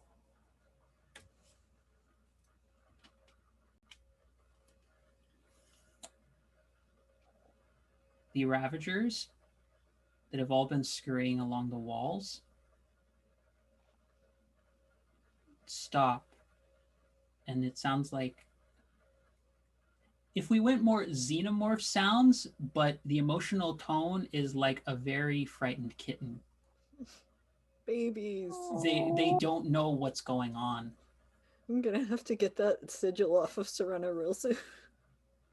Can't wait to rehome these. And the tear in the plains is still opening. There are 3 pillars left. What do you do? What do you do? This is sort of to speed this along a little bit, just because we should take our break, because I want to give folks 10 minutes, because this was a combat I didn't want to just let pass, but I yell to Nim, kill the beans! I hold out my sigil, like, kill the beans! I'm just gonna like start wailing on the buried pillar. okay, I'll say that for whatever you're trying to do for just taking care of the pillars, these will be for the overall success of what happens. So it'll be a d20 roll of some kind for the overall success of destroying the pillars. There are 3 left, so I basically need 3 people to try and contribute something to break them. Well, Okay, that's one for each of us. I was gonna say, maths-wise, is it possible that if we push one pillar a certain way, it will go into another pillar? I'm just gonna put for the dragon. I'm just gonna put this out there. I have 5 AP left for smite. We don't need to smite the pillar. No, we don't. We don't. The Save buried your one. AP. Oh, I'm sure I can get that one. I'm a bear. Roll your d20 and we'll see how Seven. successful you are. So if Serena's taking 1, are the 2 of you also taking the other 2? I'll smack with my new staff, I guess. 16. Yeah, your new staff. Found a 16, stick on the okay. ground. I'm a big fan of the hardwood. Damn, Love some it's long going so well. hardwood. It's going so well. It's going so well. That is a 13. That's a success, Nim. If you're rolling for the last one, you need a roll. 8. Okay. This This is lines fast, up very. technically. This lines up very well. Oh no. This will be essentially the narration of what happens as we are going to move into our break for 10 minutes. Serena, you change back into the polar bear form, and you're pretty certain after the claw strikes, Howdian blink blading and warp striking this creature with her sword, that this thing is gone. Oh no. And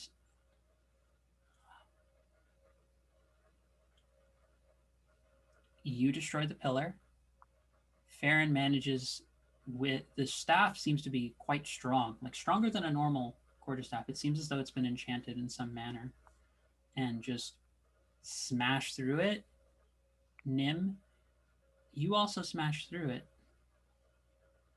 but I'm going to give you a choice. Oh boy. I will give you 2 words. Pick one. Emerge or message.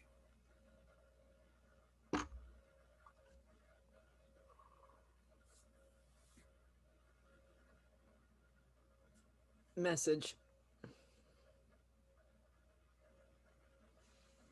You think that it ends here, fools?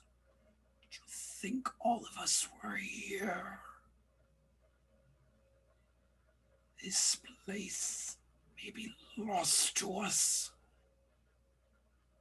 but now, with you gone, Chantico will be ours. Did you think all of us came here? Did you think I would do this alone if I didn't have a backup plan? Fools. Our father will arrive soon enough, and he shall be brought forth by the emissary of the void itself. And the body just slowly melts into a pool of tar. And the Who rift, the what? the rift begins to close.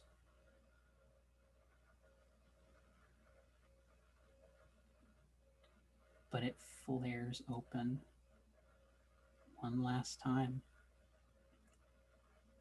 Nim, what is your health right now? Actually not too bad because everybody else was running around and I was doing pillars.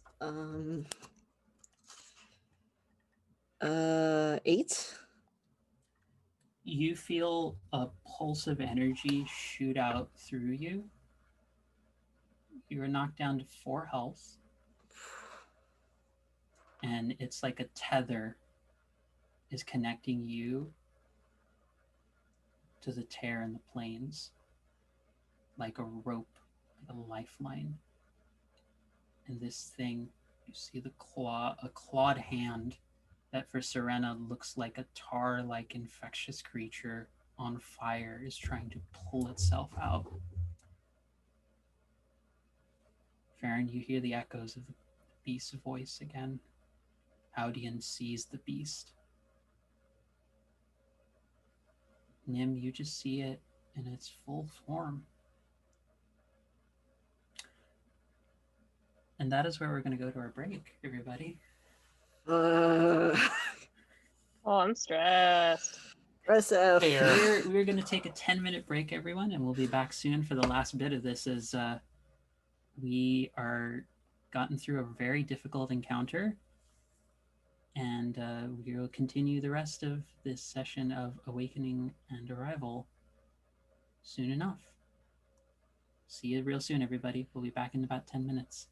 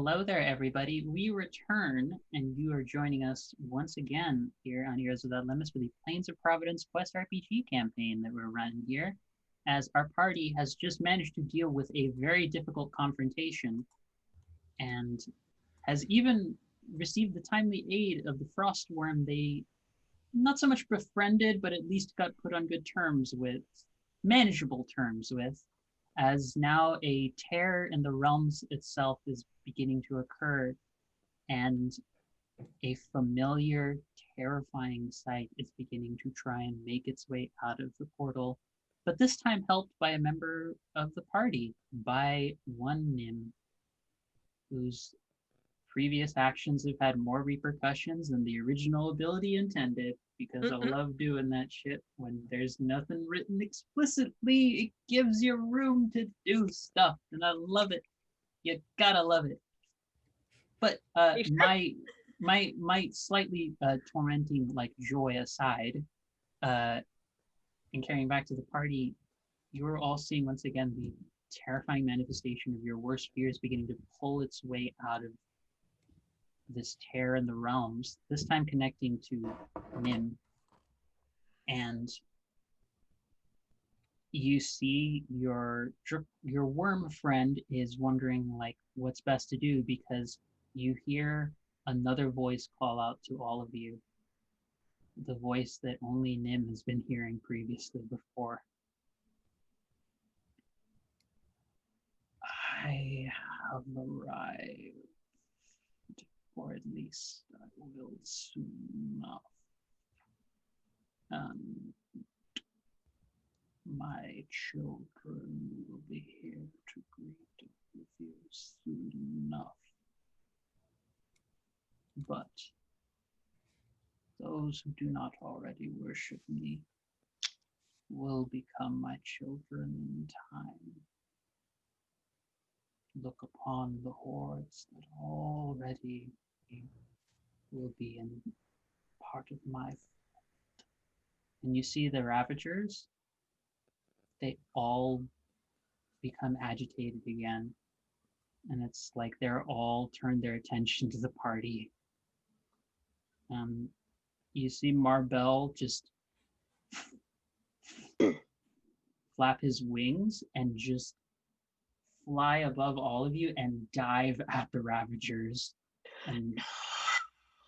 And Marbell is just crying out, do whatever you need to stop it.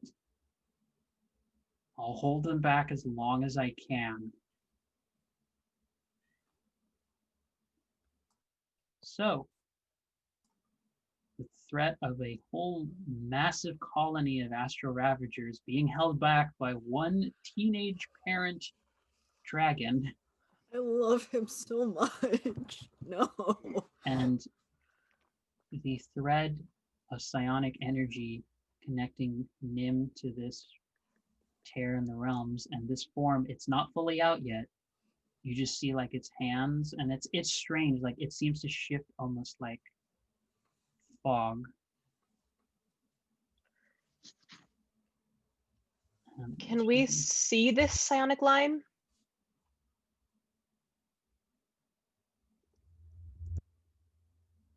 You can see it's like a band, like a rope line of psionic energy connecting to Nim. And you see that the creature is like slowly, again, it's like almost like a mixture of like mist and then also just weird, it's corporeal and then it's not. It has aspects going between, like, imagine a mixture of a ghost, the tar-like substance you have, and kind of fleshy, gaping dragon-like form. Like, it shifts between all three of those forms at any given moment. But for all of you, it still maintains, even as you're seeing glimpses of what its quote-unquote true form is, it still keeps going back as a constant to the forms that terrify you the most. So for Nim, it's just the horror. Petition to go and kill it. Okay. Wait, where is it in the room? It was floating above the room, and now the tear has just sort of descended down like a teardrop falling through. the air, and it's just landed like in the center of the room, and it's spreading and trying to open up. But currently, because you broke the pillars fast enough, it's not happening fast. But I'm going to tell you right now, this is sort of a mix between a skill challenge and this is a time challenge as well, because Nim, every round that goes by that you are connected to this thread, you will take 1 damage. You have 4 rounds to break this connection, or Nim is going to drop to 0. This makes my question much more relevant in that, do I know if I can physically sever this line? Great. This isn't quite your area of expertise. In that case, isn't that my area? I mean, you deal with something more divine. That's true. Seems far more in the other direction of the profane as opposed to the divine. I'm gonna go and hit it, but I'm going to strike at it where I can see the line connecting to it. So if it's able to be severed, I can sever it and actually hit the bitch. So let's see how this goes. Am I rolling with any sort of weird disadvantages because of horror or something? This is just you know what, actually? Why did I say that? Point. I would like you to roll a disadvantage just for the first round you're doing something, because this thing is so terrifying. I would have normally made this you all save or you deal with the stun effect of horrifying. I think this is a better compromise. That way you still get to try and do something. Otherwise, it could potentially lead to the entire party loses a round to do something, and that's far too close. Yes, ma'am. Okay. Okay. Okay. Let's see how this goes. That's a 20 and an 18. Okay, so it's an 18. So I hit it and do 3 damage with my angry bear claws. I'm specifically striking at the point where the line seems to attach to it. Okay. Your claws are, given the nature that your form is particularly magical, it hurts like hell to do this. That's fine. And you watch as there's almost like a psychic feedback loop, as whatever damage you dealt to this, which was the full 3, it's shocked back into you psychically, and it's like it feels like someone gave you the worst migraine you have ever had possible. Did and it then also it's do it becoming to full body. So we both took damage, or just me? Just you. Nim does not. Nim, you're just watching Nim's form. You all know what the word desiccate means, right? Yeah. Yeah, Nim's skin is starting to look sallow. It's okay. So I did no damage to it, and it got reflected back at me. No. Your damage went through, but it's like as your damage went through, it went through, and then a feedback loop shot it back at you as well. So we both took the damage. Okay. Yes. So you don't know what it will take to break this. But one of your party has chosen to do a roll and try something. I'm heading over to Marbell with the staff, and I'm immediately just gonna go, fucking nothing ventured, nothing gained, and just double hand slam it into the ground to try and like gain control of the Ravagers if I can. Love it. I will not give you that full effect. I will give you something else though that will be beneficial to you. I'll give you a pair of choices you can choose between. But I will give you what happens as you try and channel this. Farron, how much health do you have? 8.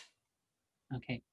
This will be 2 damage, as the very process of trying to slam the staff down and deal with the feedback loop it's shocking you and it's hurting like hell.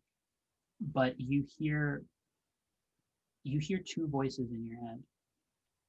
One, you hear echoes of what Serena told you about thinking about nature, of what it means to control and unleash the magic, of where it comes from.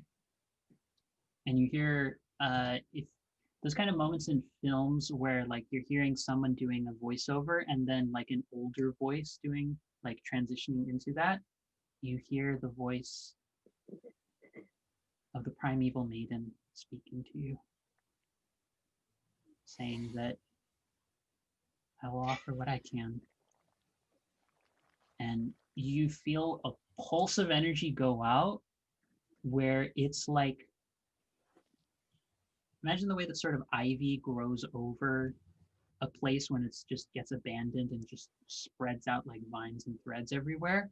Yeah. It begins spreading out, and a lot of you see about while this is happening, by the way, there's like 6 ravagers trying to jump and like pierce into Marbell's like scales, and another 6 are attempt to also do the same.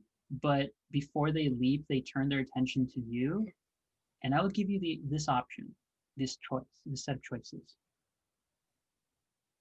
You can get the attention off of Marbell, which will increase the chances that they will live through this. Or you could potentially direct them somewhere else to do something else, but more will replace them just in time, and they'll start overwhelming Marbell. You can make it easier for Marbell to survive, or you can make it easier for you to deal with the rift. It's your call. Marbell. Okay. The vines shoot up and they form almost like their own kind of canopy, like a shield, that the ones they cover, the ravagers who are within the canopy, they go back to sort of that frightened state, and then they get calmed down. It's almost like they're like you see them sniffing their long alien-like bodies, smelling and being calmed down. Like there's almost patches of like wildflower scent being like emanating from the shield. Chamomile.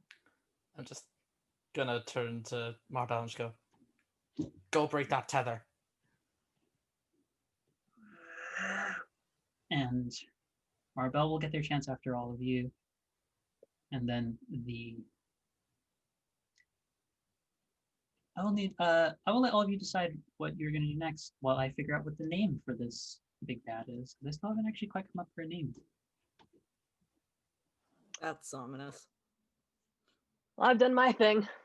That's it for me this round.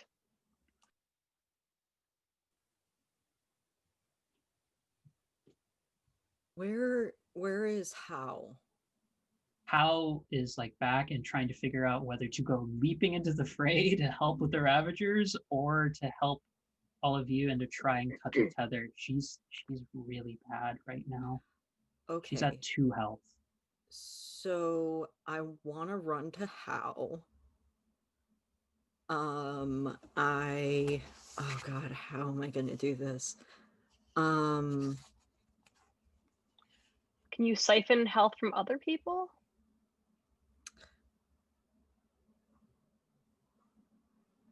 Because I have so much of it. Please take some.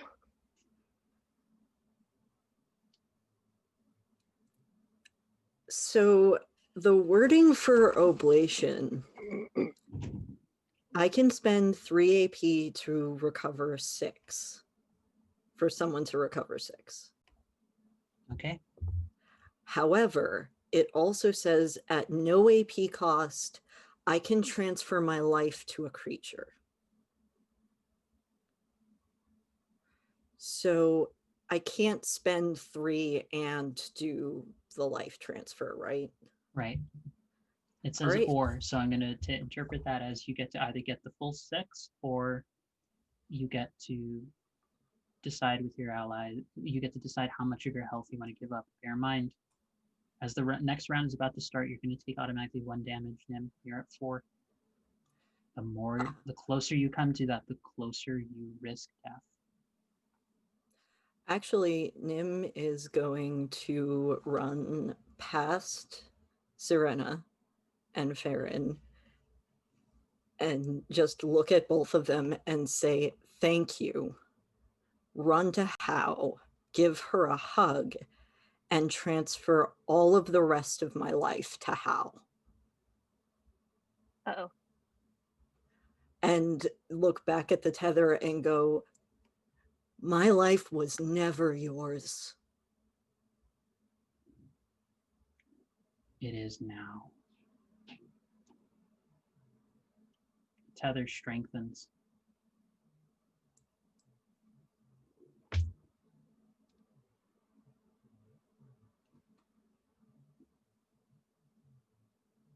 I'm still at 4. What? Because you transferred all of your life to Hal, right? Yeah, I 4 to transferred 0? all of. Yeah, 4 to Yeah. 0. Wait, I'm still up. No, I was you're gonna down. say. Yeah, I was You're down gonna at say. 0. The tether is still up. The drain was to strengthen it, not to get rid of it. The tether's still up, and now one of your party members is down. Fuck.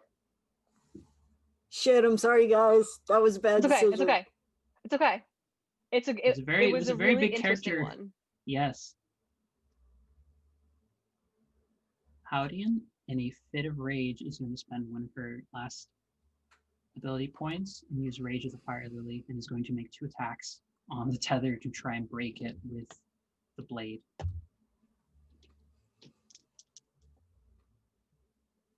Which one lands, and this would have potentially broken the tether, but because it was strengthened, it's still there. And the other one, she fails, and she crit fails. Oh, So now the creature, you see one of its hands extend out, and it's picked up How in its hand.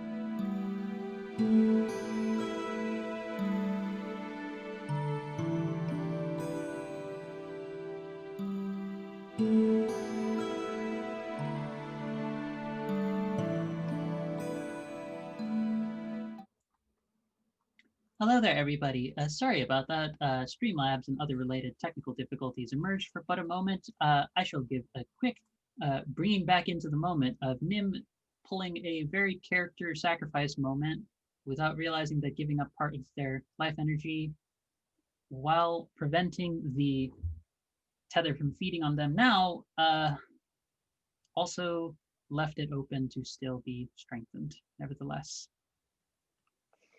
So now one party member is down. Howdian, in a fit of rage, managed to go forward and strike at the tether and start working at breaking some of it, but with making a critical fail, is now being held up in the hand of this massive, horrifying beast of a psionic entity, of a cosmic psionic horror entity. Marbell is going to try and take is going to make a try at an attempt at doing something. After Bertha also is going to try and do something towards each other, is also going to try and whack at it, but only rolls a 5, and now is grasped in one of its other arms. So it is now back to the party's turn. I'm gonna hit it. Yeah. I'm gonna hit the thread again. I know this is No. gonna hurt. I also, Nim, I need you to roll me a d20 and tell me what the number is specifically.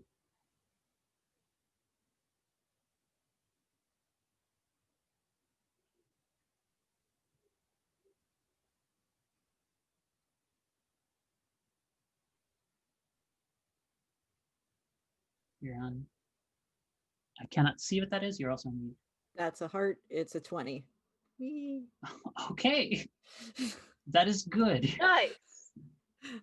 This is why I love these dice. Because they won't Heart. betray me.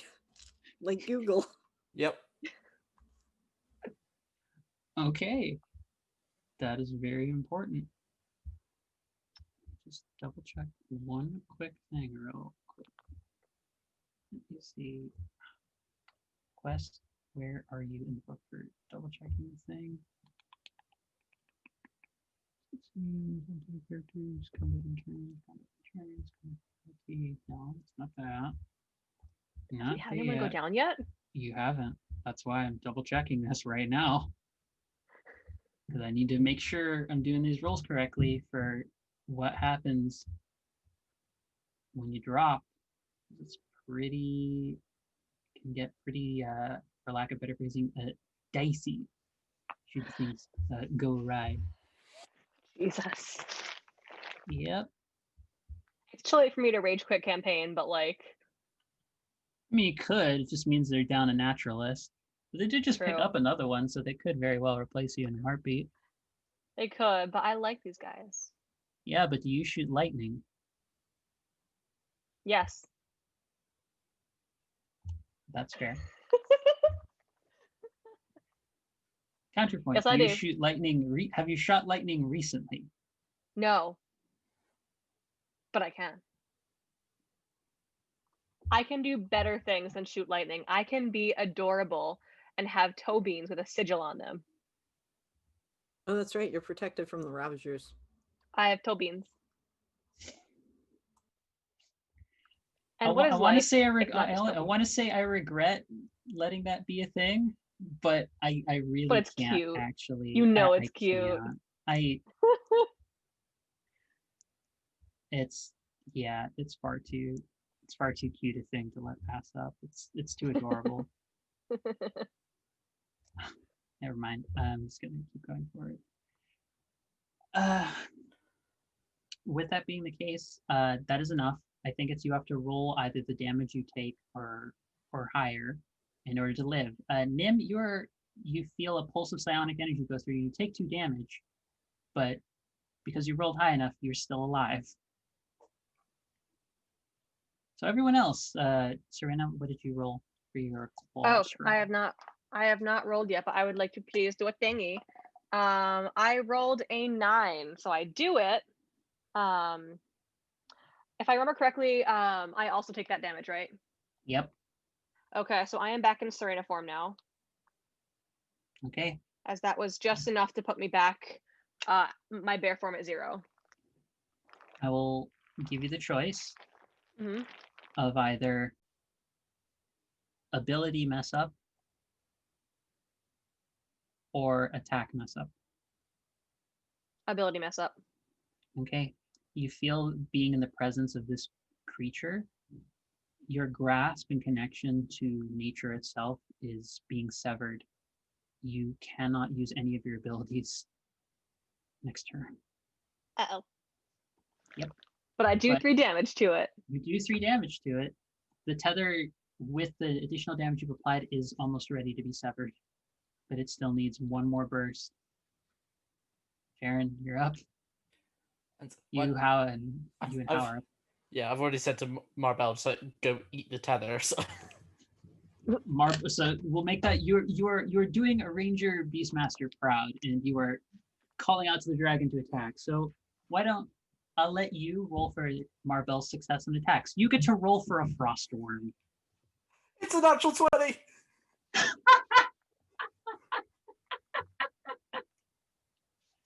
So you see the Frostworm just reel back and bite through the tether entirely, and you see this creature try, like, it was about to drop Howdian and Bertha and lash out both of its claws to take Nim and pull them into the rift. Oops. But the dragon moves forward and bites through the rift, and you see for an instant what Marbell sees in the form. It looks like a pair of undead, smaller worms. No. Oh, the children. Marbell isn't shaken by this and just it. Some people spit in people's eye when they're just like, you know what, fuck you. It's like firing a glob of frozen ice for the spit instead, and hits it in where it's essentially where its eye would be, and the creature just lets out, "My children will know my grace soon enough. I'll be waiting for you all with the void. I am the father of the void itself. I'll come to collect my children." And just is pulled back into the rift, and it just seals. Well, that was dramatic. I just like rush over to Nim. I'm just like, "Are you okay?" Nim's not conscious right now. You're not dying, but you're God, is there anything that we can do to get them back up? not right now. You would have to regroup and take a rest. And right now you're hearing all of the Ravagers are still frightened, but none of them are beginning to make moves to attack you now. And Oh shit! Baron, I would like you to roll me a d20. That is a 13. Okay. You feel welling up from the bottom of the staff upwards this massive pulse of psionic energy, as though it's about to shatter, and you have a split second realization before it happens, and you're able to react in time to it, that this burst of energy is going to emanate out far enough to hit Nim. From where I'm stood now. From where you're at now. But you're able to react and like chuck it into one of the like various pockmarked holes. And it's just like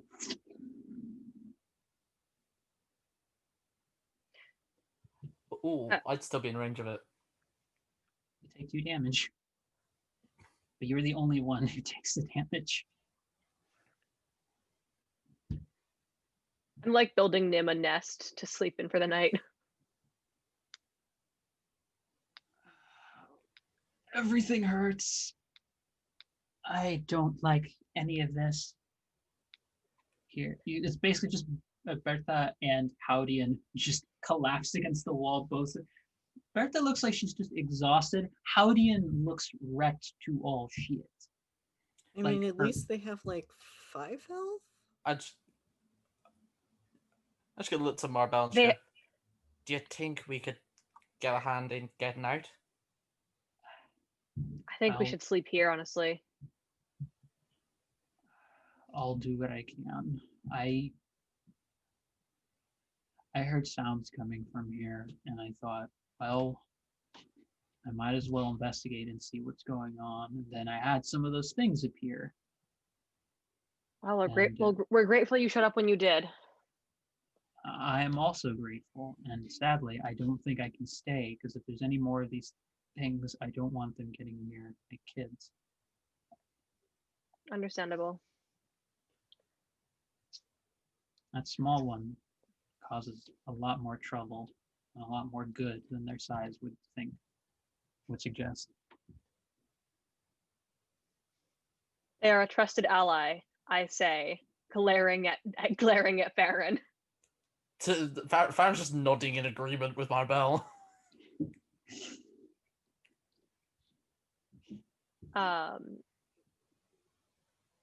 Honestly, it may be best to rest here tonight. We don't want to run into anything unpleasant on the way back. At least this place is guarded. This is Farron just goes and gestures behind it to all the astral ravagers. They're not dangerous now. Are you? I look at the ravagers. You raise your voice, they all get scared. They start scampering Oh, I'm sorry. off.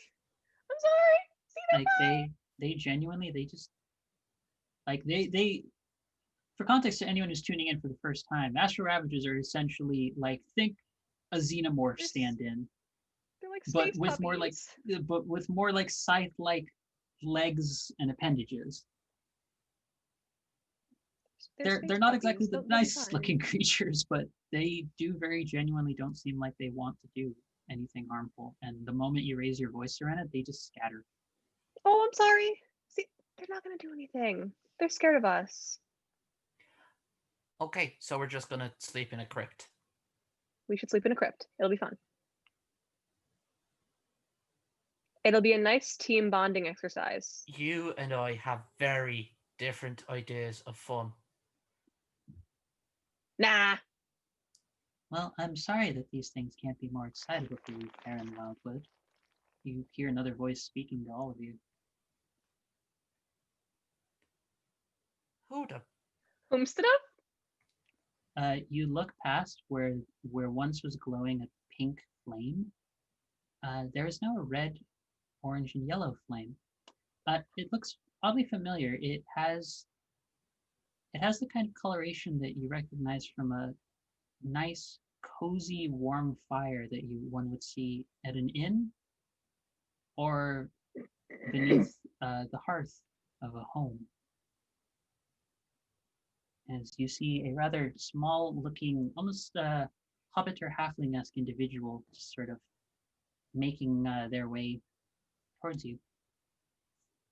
We can't all be that exciting or interested in all this sort of hullabaloo that you seem to get yourself involved in. Who is this person? Do we recognize them? None of you recognize them. Bertha also has a look of like, it can't be, is it? And she has that kind of expression on her face. I mean, I'm fine with excitement. I just don't fancy sleeping in a fucking crypt. I don't believe we've had the pleasure. Well, I don't believe we have. It's a pleasure to meet you all, now that I can actually talk with you.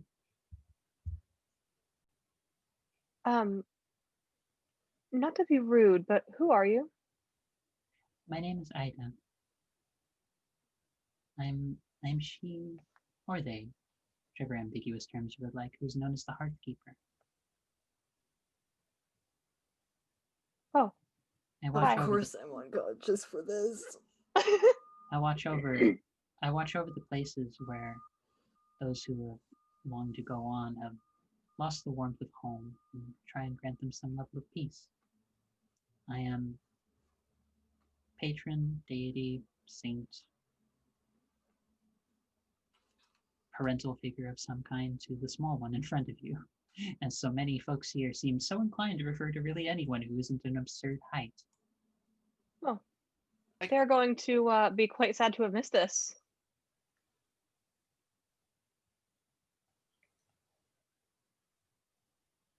Okay, I'm not usually speechless, but you know what? I must say, it's a bit refreshing. Oh, okay. Is it safe to rest here while Yes, they get their strength back tonight? yes. I look I at Farron, I'm will. like, say it's fine. I will be sure to watch over you now that I have the means to do so. This place was barred from my will Yeah, until there were the some. presence of the apostles could be removed. Oh, that was us. The maiden has spoken to me of your efforts. She is very thankful for what you have done so far, as am I. Oh, which is a direct quote. She's like, oh. We will. However, there still remains one last task to get through. Oh shit, we're not done. Unfortunately, no. While that being's efforts are mostly with manipulative ends, they were not speaking lies when they say they wish to enact their chaos upon this place. They So wish if to, not here or in the garden, then where? as they said, Chantico. I sense the long-term plan has been to get all of the attention away from there in order to create a false sense of security while they work on their true plan, And they which was took to the take bait. Isla. Yes. And I sense that this small one was pulled at the seams in a manner of speaking, with trying to decide whether to tell you what they were dealing with or to incite more worry and concern, as I've known them long enough, been a part of their life long enough to know that they worry quite needlessly about quite a lot of things. We're putting this under the category when your god just reads you for filth so badly. Damn. Damn. I mean, I don't think this has happened to Nim yet for an episode, so fair. I mean, they not only admit they were compromised, after a good long time of being compromised, they then nearly, stopped us being able to fight whatever was in here. So,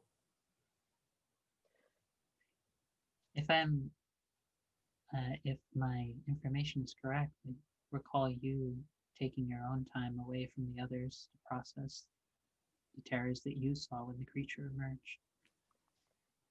I do not think others begrudge you for the difficulties you face in trying to speak of whatever you deal with, Master Wildwood. I did nearly hamper the entire team during a fight when we were trying to save basically the freaking world. Just like, Farron, don't argue with the nice god. No, they are allowed to speak their point. Their view is not incorrect, but also bear in mind, as I said, Master Wildwood, they are also their own person with their own strains, their own anxieties, and their own wavering ability to, how should we say, get their words together sometimes. Would you begrudge anyone who isn't able to speak to someone who I gather they at least value company of and disappoint them? Have you ever been a disappointment to someone and feared that disappointment tremendously?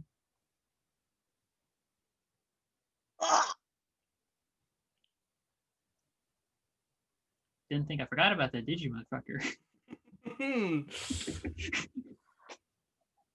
Just like that's probably the first time that Serena or How has seen Farron absolutely just like struck out. Oh.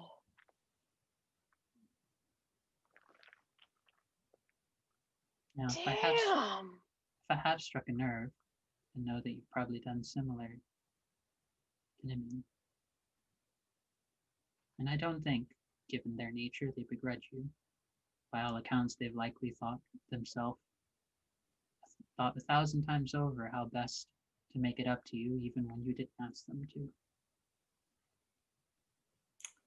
That is how much I sense they care about your well-being, about this party's well-being. I am the Hearthkeeper. I am aware of those who try and bring warmth and care to others, even at the cost of extinguishing their own flame.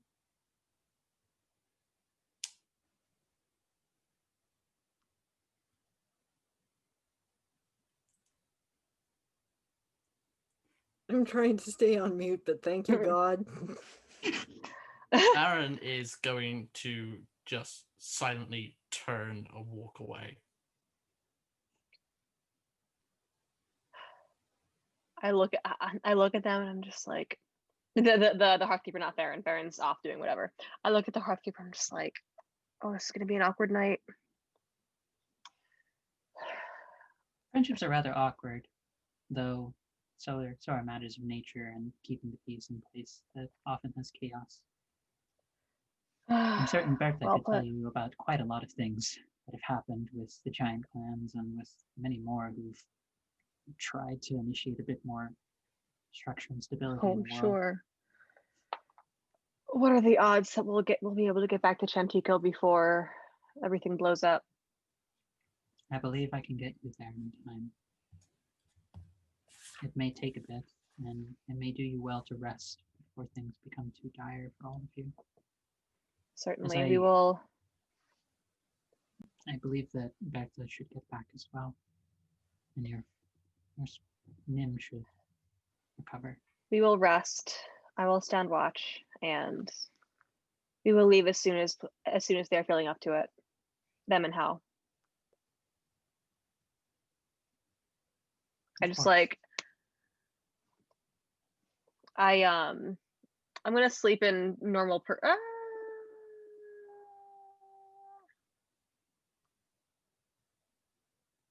yeah, I'm gonna sleep in normal person form tonight, I think, because I just don't have the AP. But I will sorry, what? You do watch as she bends over, and she doesn't have to bend over very far because she's not very tall. Bear in mind, this is coming from all of this presence and these comments and this conversation is coming from someone who's at most maybe 3 feet tall. Not very tall. Like, they are a small being. But she very much, and again, it's quaint being near her. It's like being near a nice, cozy fire with like hot chocolate and nice, comfortable blankets and all of that. She just has this just aura about her that is just comfort and being like home, even though you are far away from home right now. And you see her walk over, and she like pats Nim on the shoulder.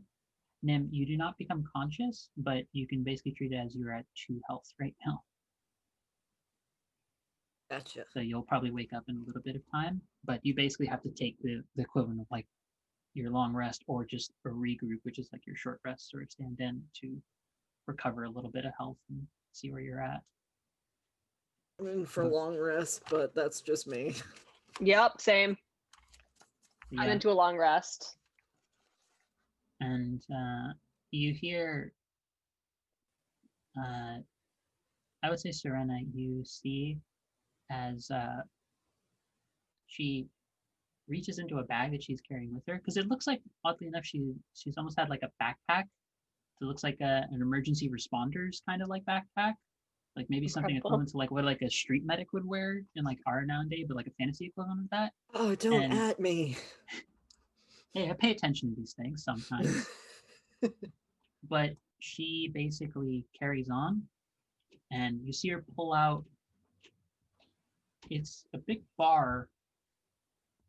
It looks almost like an ingot of some kind of metal. And she sets it right next to Nim and just tells you, when they're ready, this can be molded into whatever they feel they need to protect someone. I will pass that along. Treat it as a gift for what you've done and what almost came to pass here. Oh, yeah, that was almost bad. It does get very bad. I was honestly a little worried about how things would go the more Me the too. influence could reach in. Me too. Like, you do notice with all the the presents and such, she does actually have a very worried and anxious face. Like she has big anxious bean vibes about her the entire time. Like whereas Primeval Maiden had this sort of like cozy gardener kind of Like goddess sort of vibe. serene.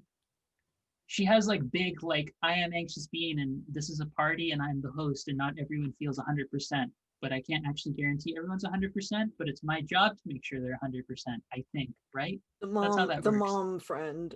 Yeah, Yep, basically yep. this is the mom goddess or deity The rather. momdus. I will That's a word. That's a word. Probably easier than dealing with the other two goddesses Nymphalos. There's a lot, but I will like tuck the ingot by Nim and wrap them up in blankets and shit. yeah, as the night comes to a close, I assume Farron eventually returns to the group. He's probably gonna like. They're probably gonna sit away and just kind of like brood. Okay. In that case, I will say you smell your favorite sense nearby you again, and you do see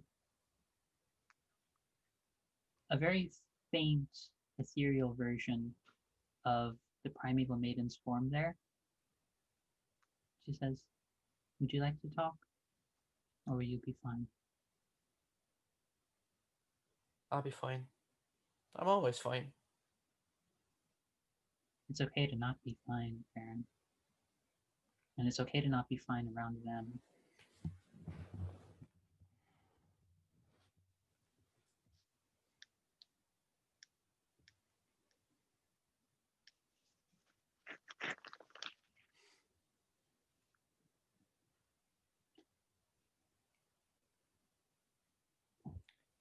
What if we can't do it?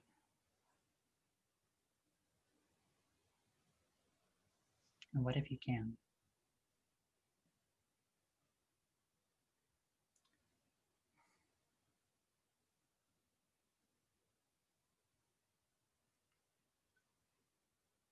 Farron, do you know how many possible ways the forest could grow, life could manifest across every aspect of its, every acre of that forest, every tree, every bough, every stem, every rotting log? Do you know how many different ways things could go in that forest?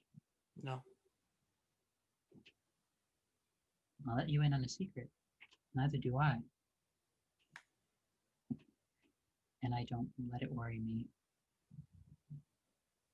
The chaos of the world will unfold as it does. Life will unfold as it will. Nature simply does what it does. To worry about how well we could have made nature obey our will, obey our best efforts, is to miss the point of what nature is, which is that it simply goes on. You have your place in it, regardless of what anyone tells you. As does Nim, as does Serena, as does Howdian, as does Berta, as does everyone, even those who have harmed you. That doesn't mean that your place has to be what others have told you it is. And it doesn't mean that that place has to be a lonely one either.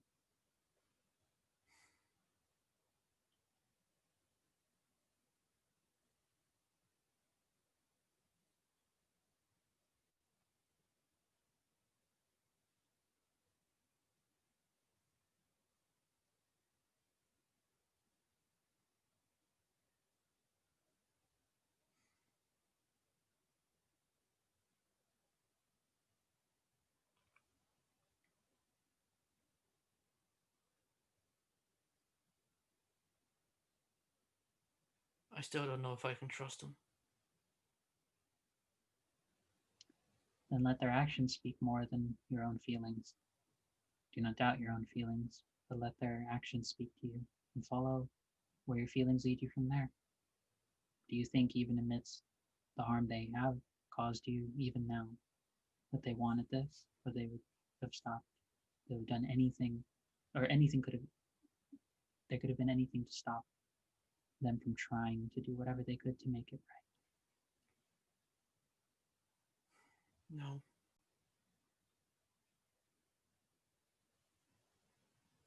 That doesn't negate what feelings you've had. The feelings change. They are not eternal. They are like nature. They always change.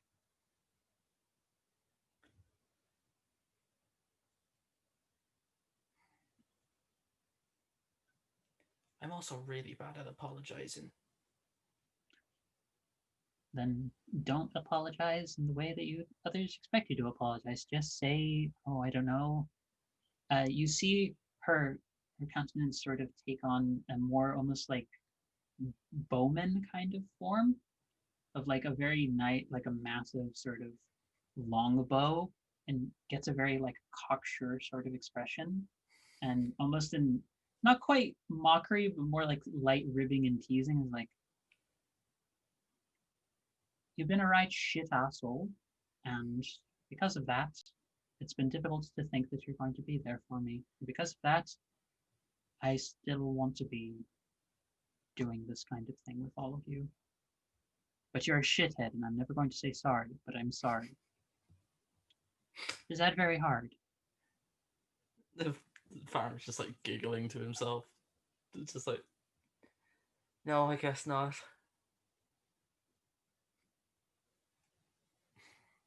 Remember, change will happen. Whether you want to be part of initiating it or not, it will happen. That is what nature teaches us. It is what my will teach you. It will just happen. The only difference is whether you want to be active or passive in it. You're right. With your thoughts, Master Wildwood, and just disappear. I would like to And- present. Sorry, go ahead. Carry on. I would like to present in the morning. I will be getting up early before everyone wakes up, and I will be making best I can with supplies that we have, a lovely breakfast buffet with a place setting for each of us. Yeah, you could say you could do that. And I will be setting out like rudimentary like name tags, like little rocks that are serving as plates. Because after this, we need a family brunch. So I will prepare a family brunch with name tags. But You do are there see that- mimosas? No, but you do see that there is a particular water scheme that Berta has that she is occasionally taking sips out of, and having one of like one of these kinds of responses every time she takes a drink. She'll like take a drink. She'll like it's a little too strong for just water or even fresh juice pulled from somewhere. Like it's probably hooch of some kind. Probably some kind of hooch. But I will go and seek out Farron in the morning to inform them that breakfast is ready and you are expected in 5 minutes to hang out with your family. On that last mom note, I think that's where we shall close our session. A little bit over what we normally do, a few minutes over, but this was one of those big sessions that I wanted to give the proper time and respect for everyone's. Just This was an feelings, excellent session. I very much loved it. Feelings, arcs, combat, big back and forth, near Lot of death feelings. of a player, near death. Jesus, A lot that of was good. feelings. That was close. If you rolled a 1 or if you rolled a 1 or 2, Yeah, you'd been no. dead. You would have been dead. I know Dead. the rules. But with that being the case, I would have done it for anyone. with that being the case, that is where we're going to close session 12, Awakening and Arrival, as the party has triumphed over a difficult encounter, managed to best a corrupted Manticore Queen and one of the head apostles, and now discovered that their next destination and their final destination is back to where they started, in the city of Chantico, to stop whatever machinations this Father of the Void has I was going to go with Father of the Abyss, but then I'd have to rename them to whatever the M name is for the Dark Souls boss. So it's Manus, but then I have to call them Manus, and then we get into copyright infringement, and then there's a whole thing with that. Love me a good Void Daddy.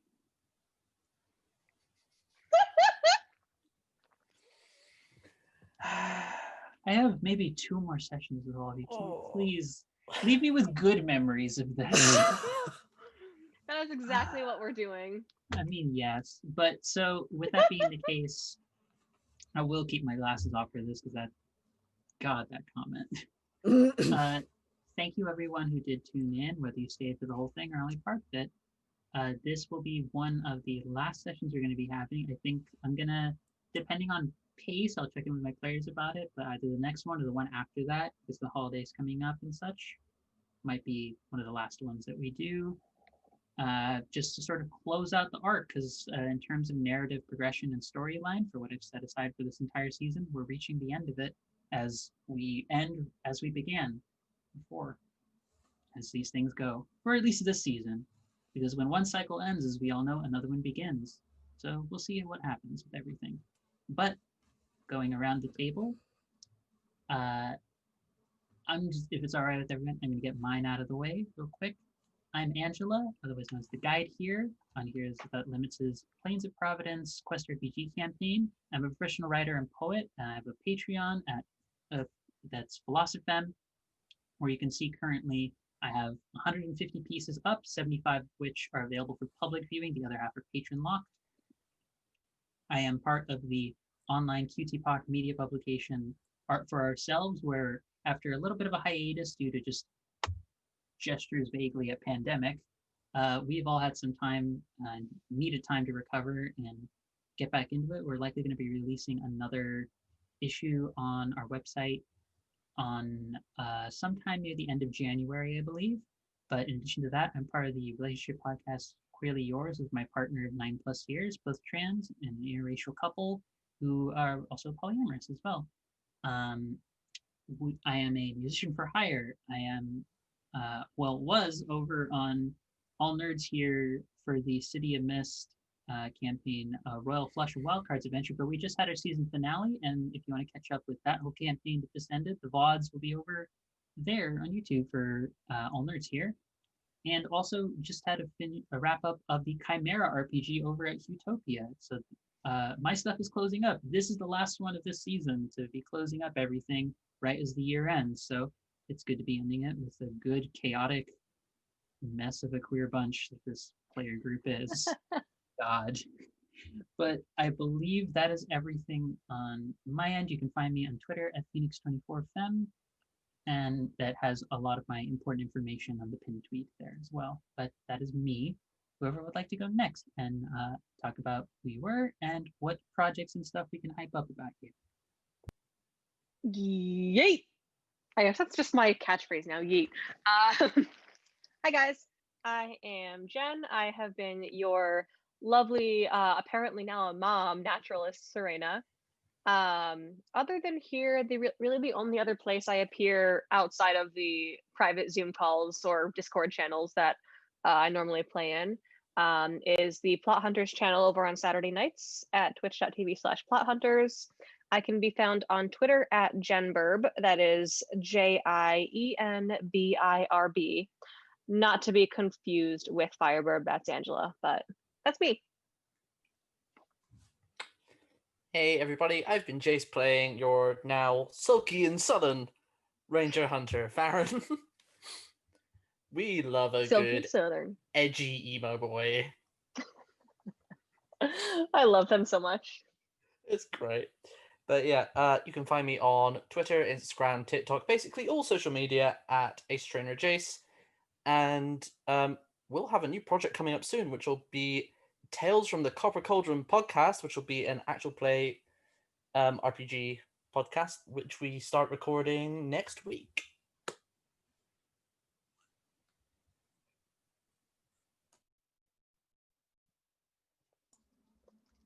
Sorry, I was just like, ooh, podcast. Hi, I'm Gabrin. I played Nim.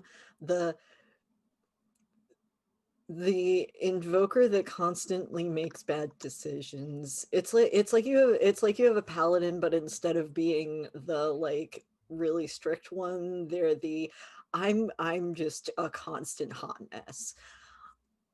Um, you can find me on Twitch and on Twitter at Starless Solid or Starless_Solid for Twitch.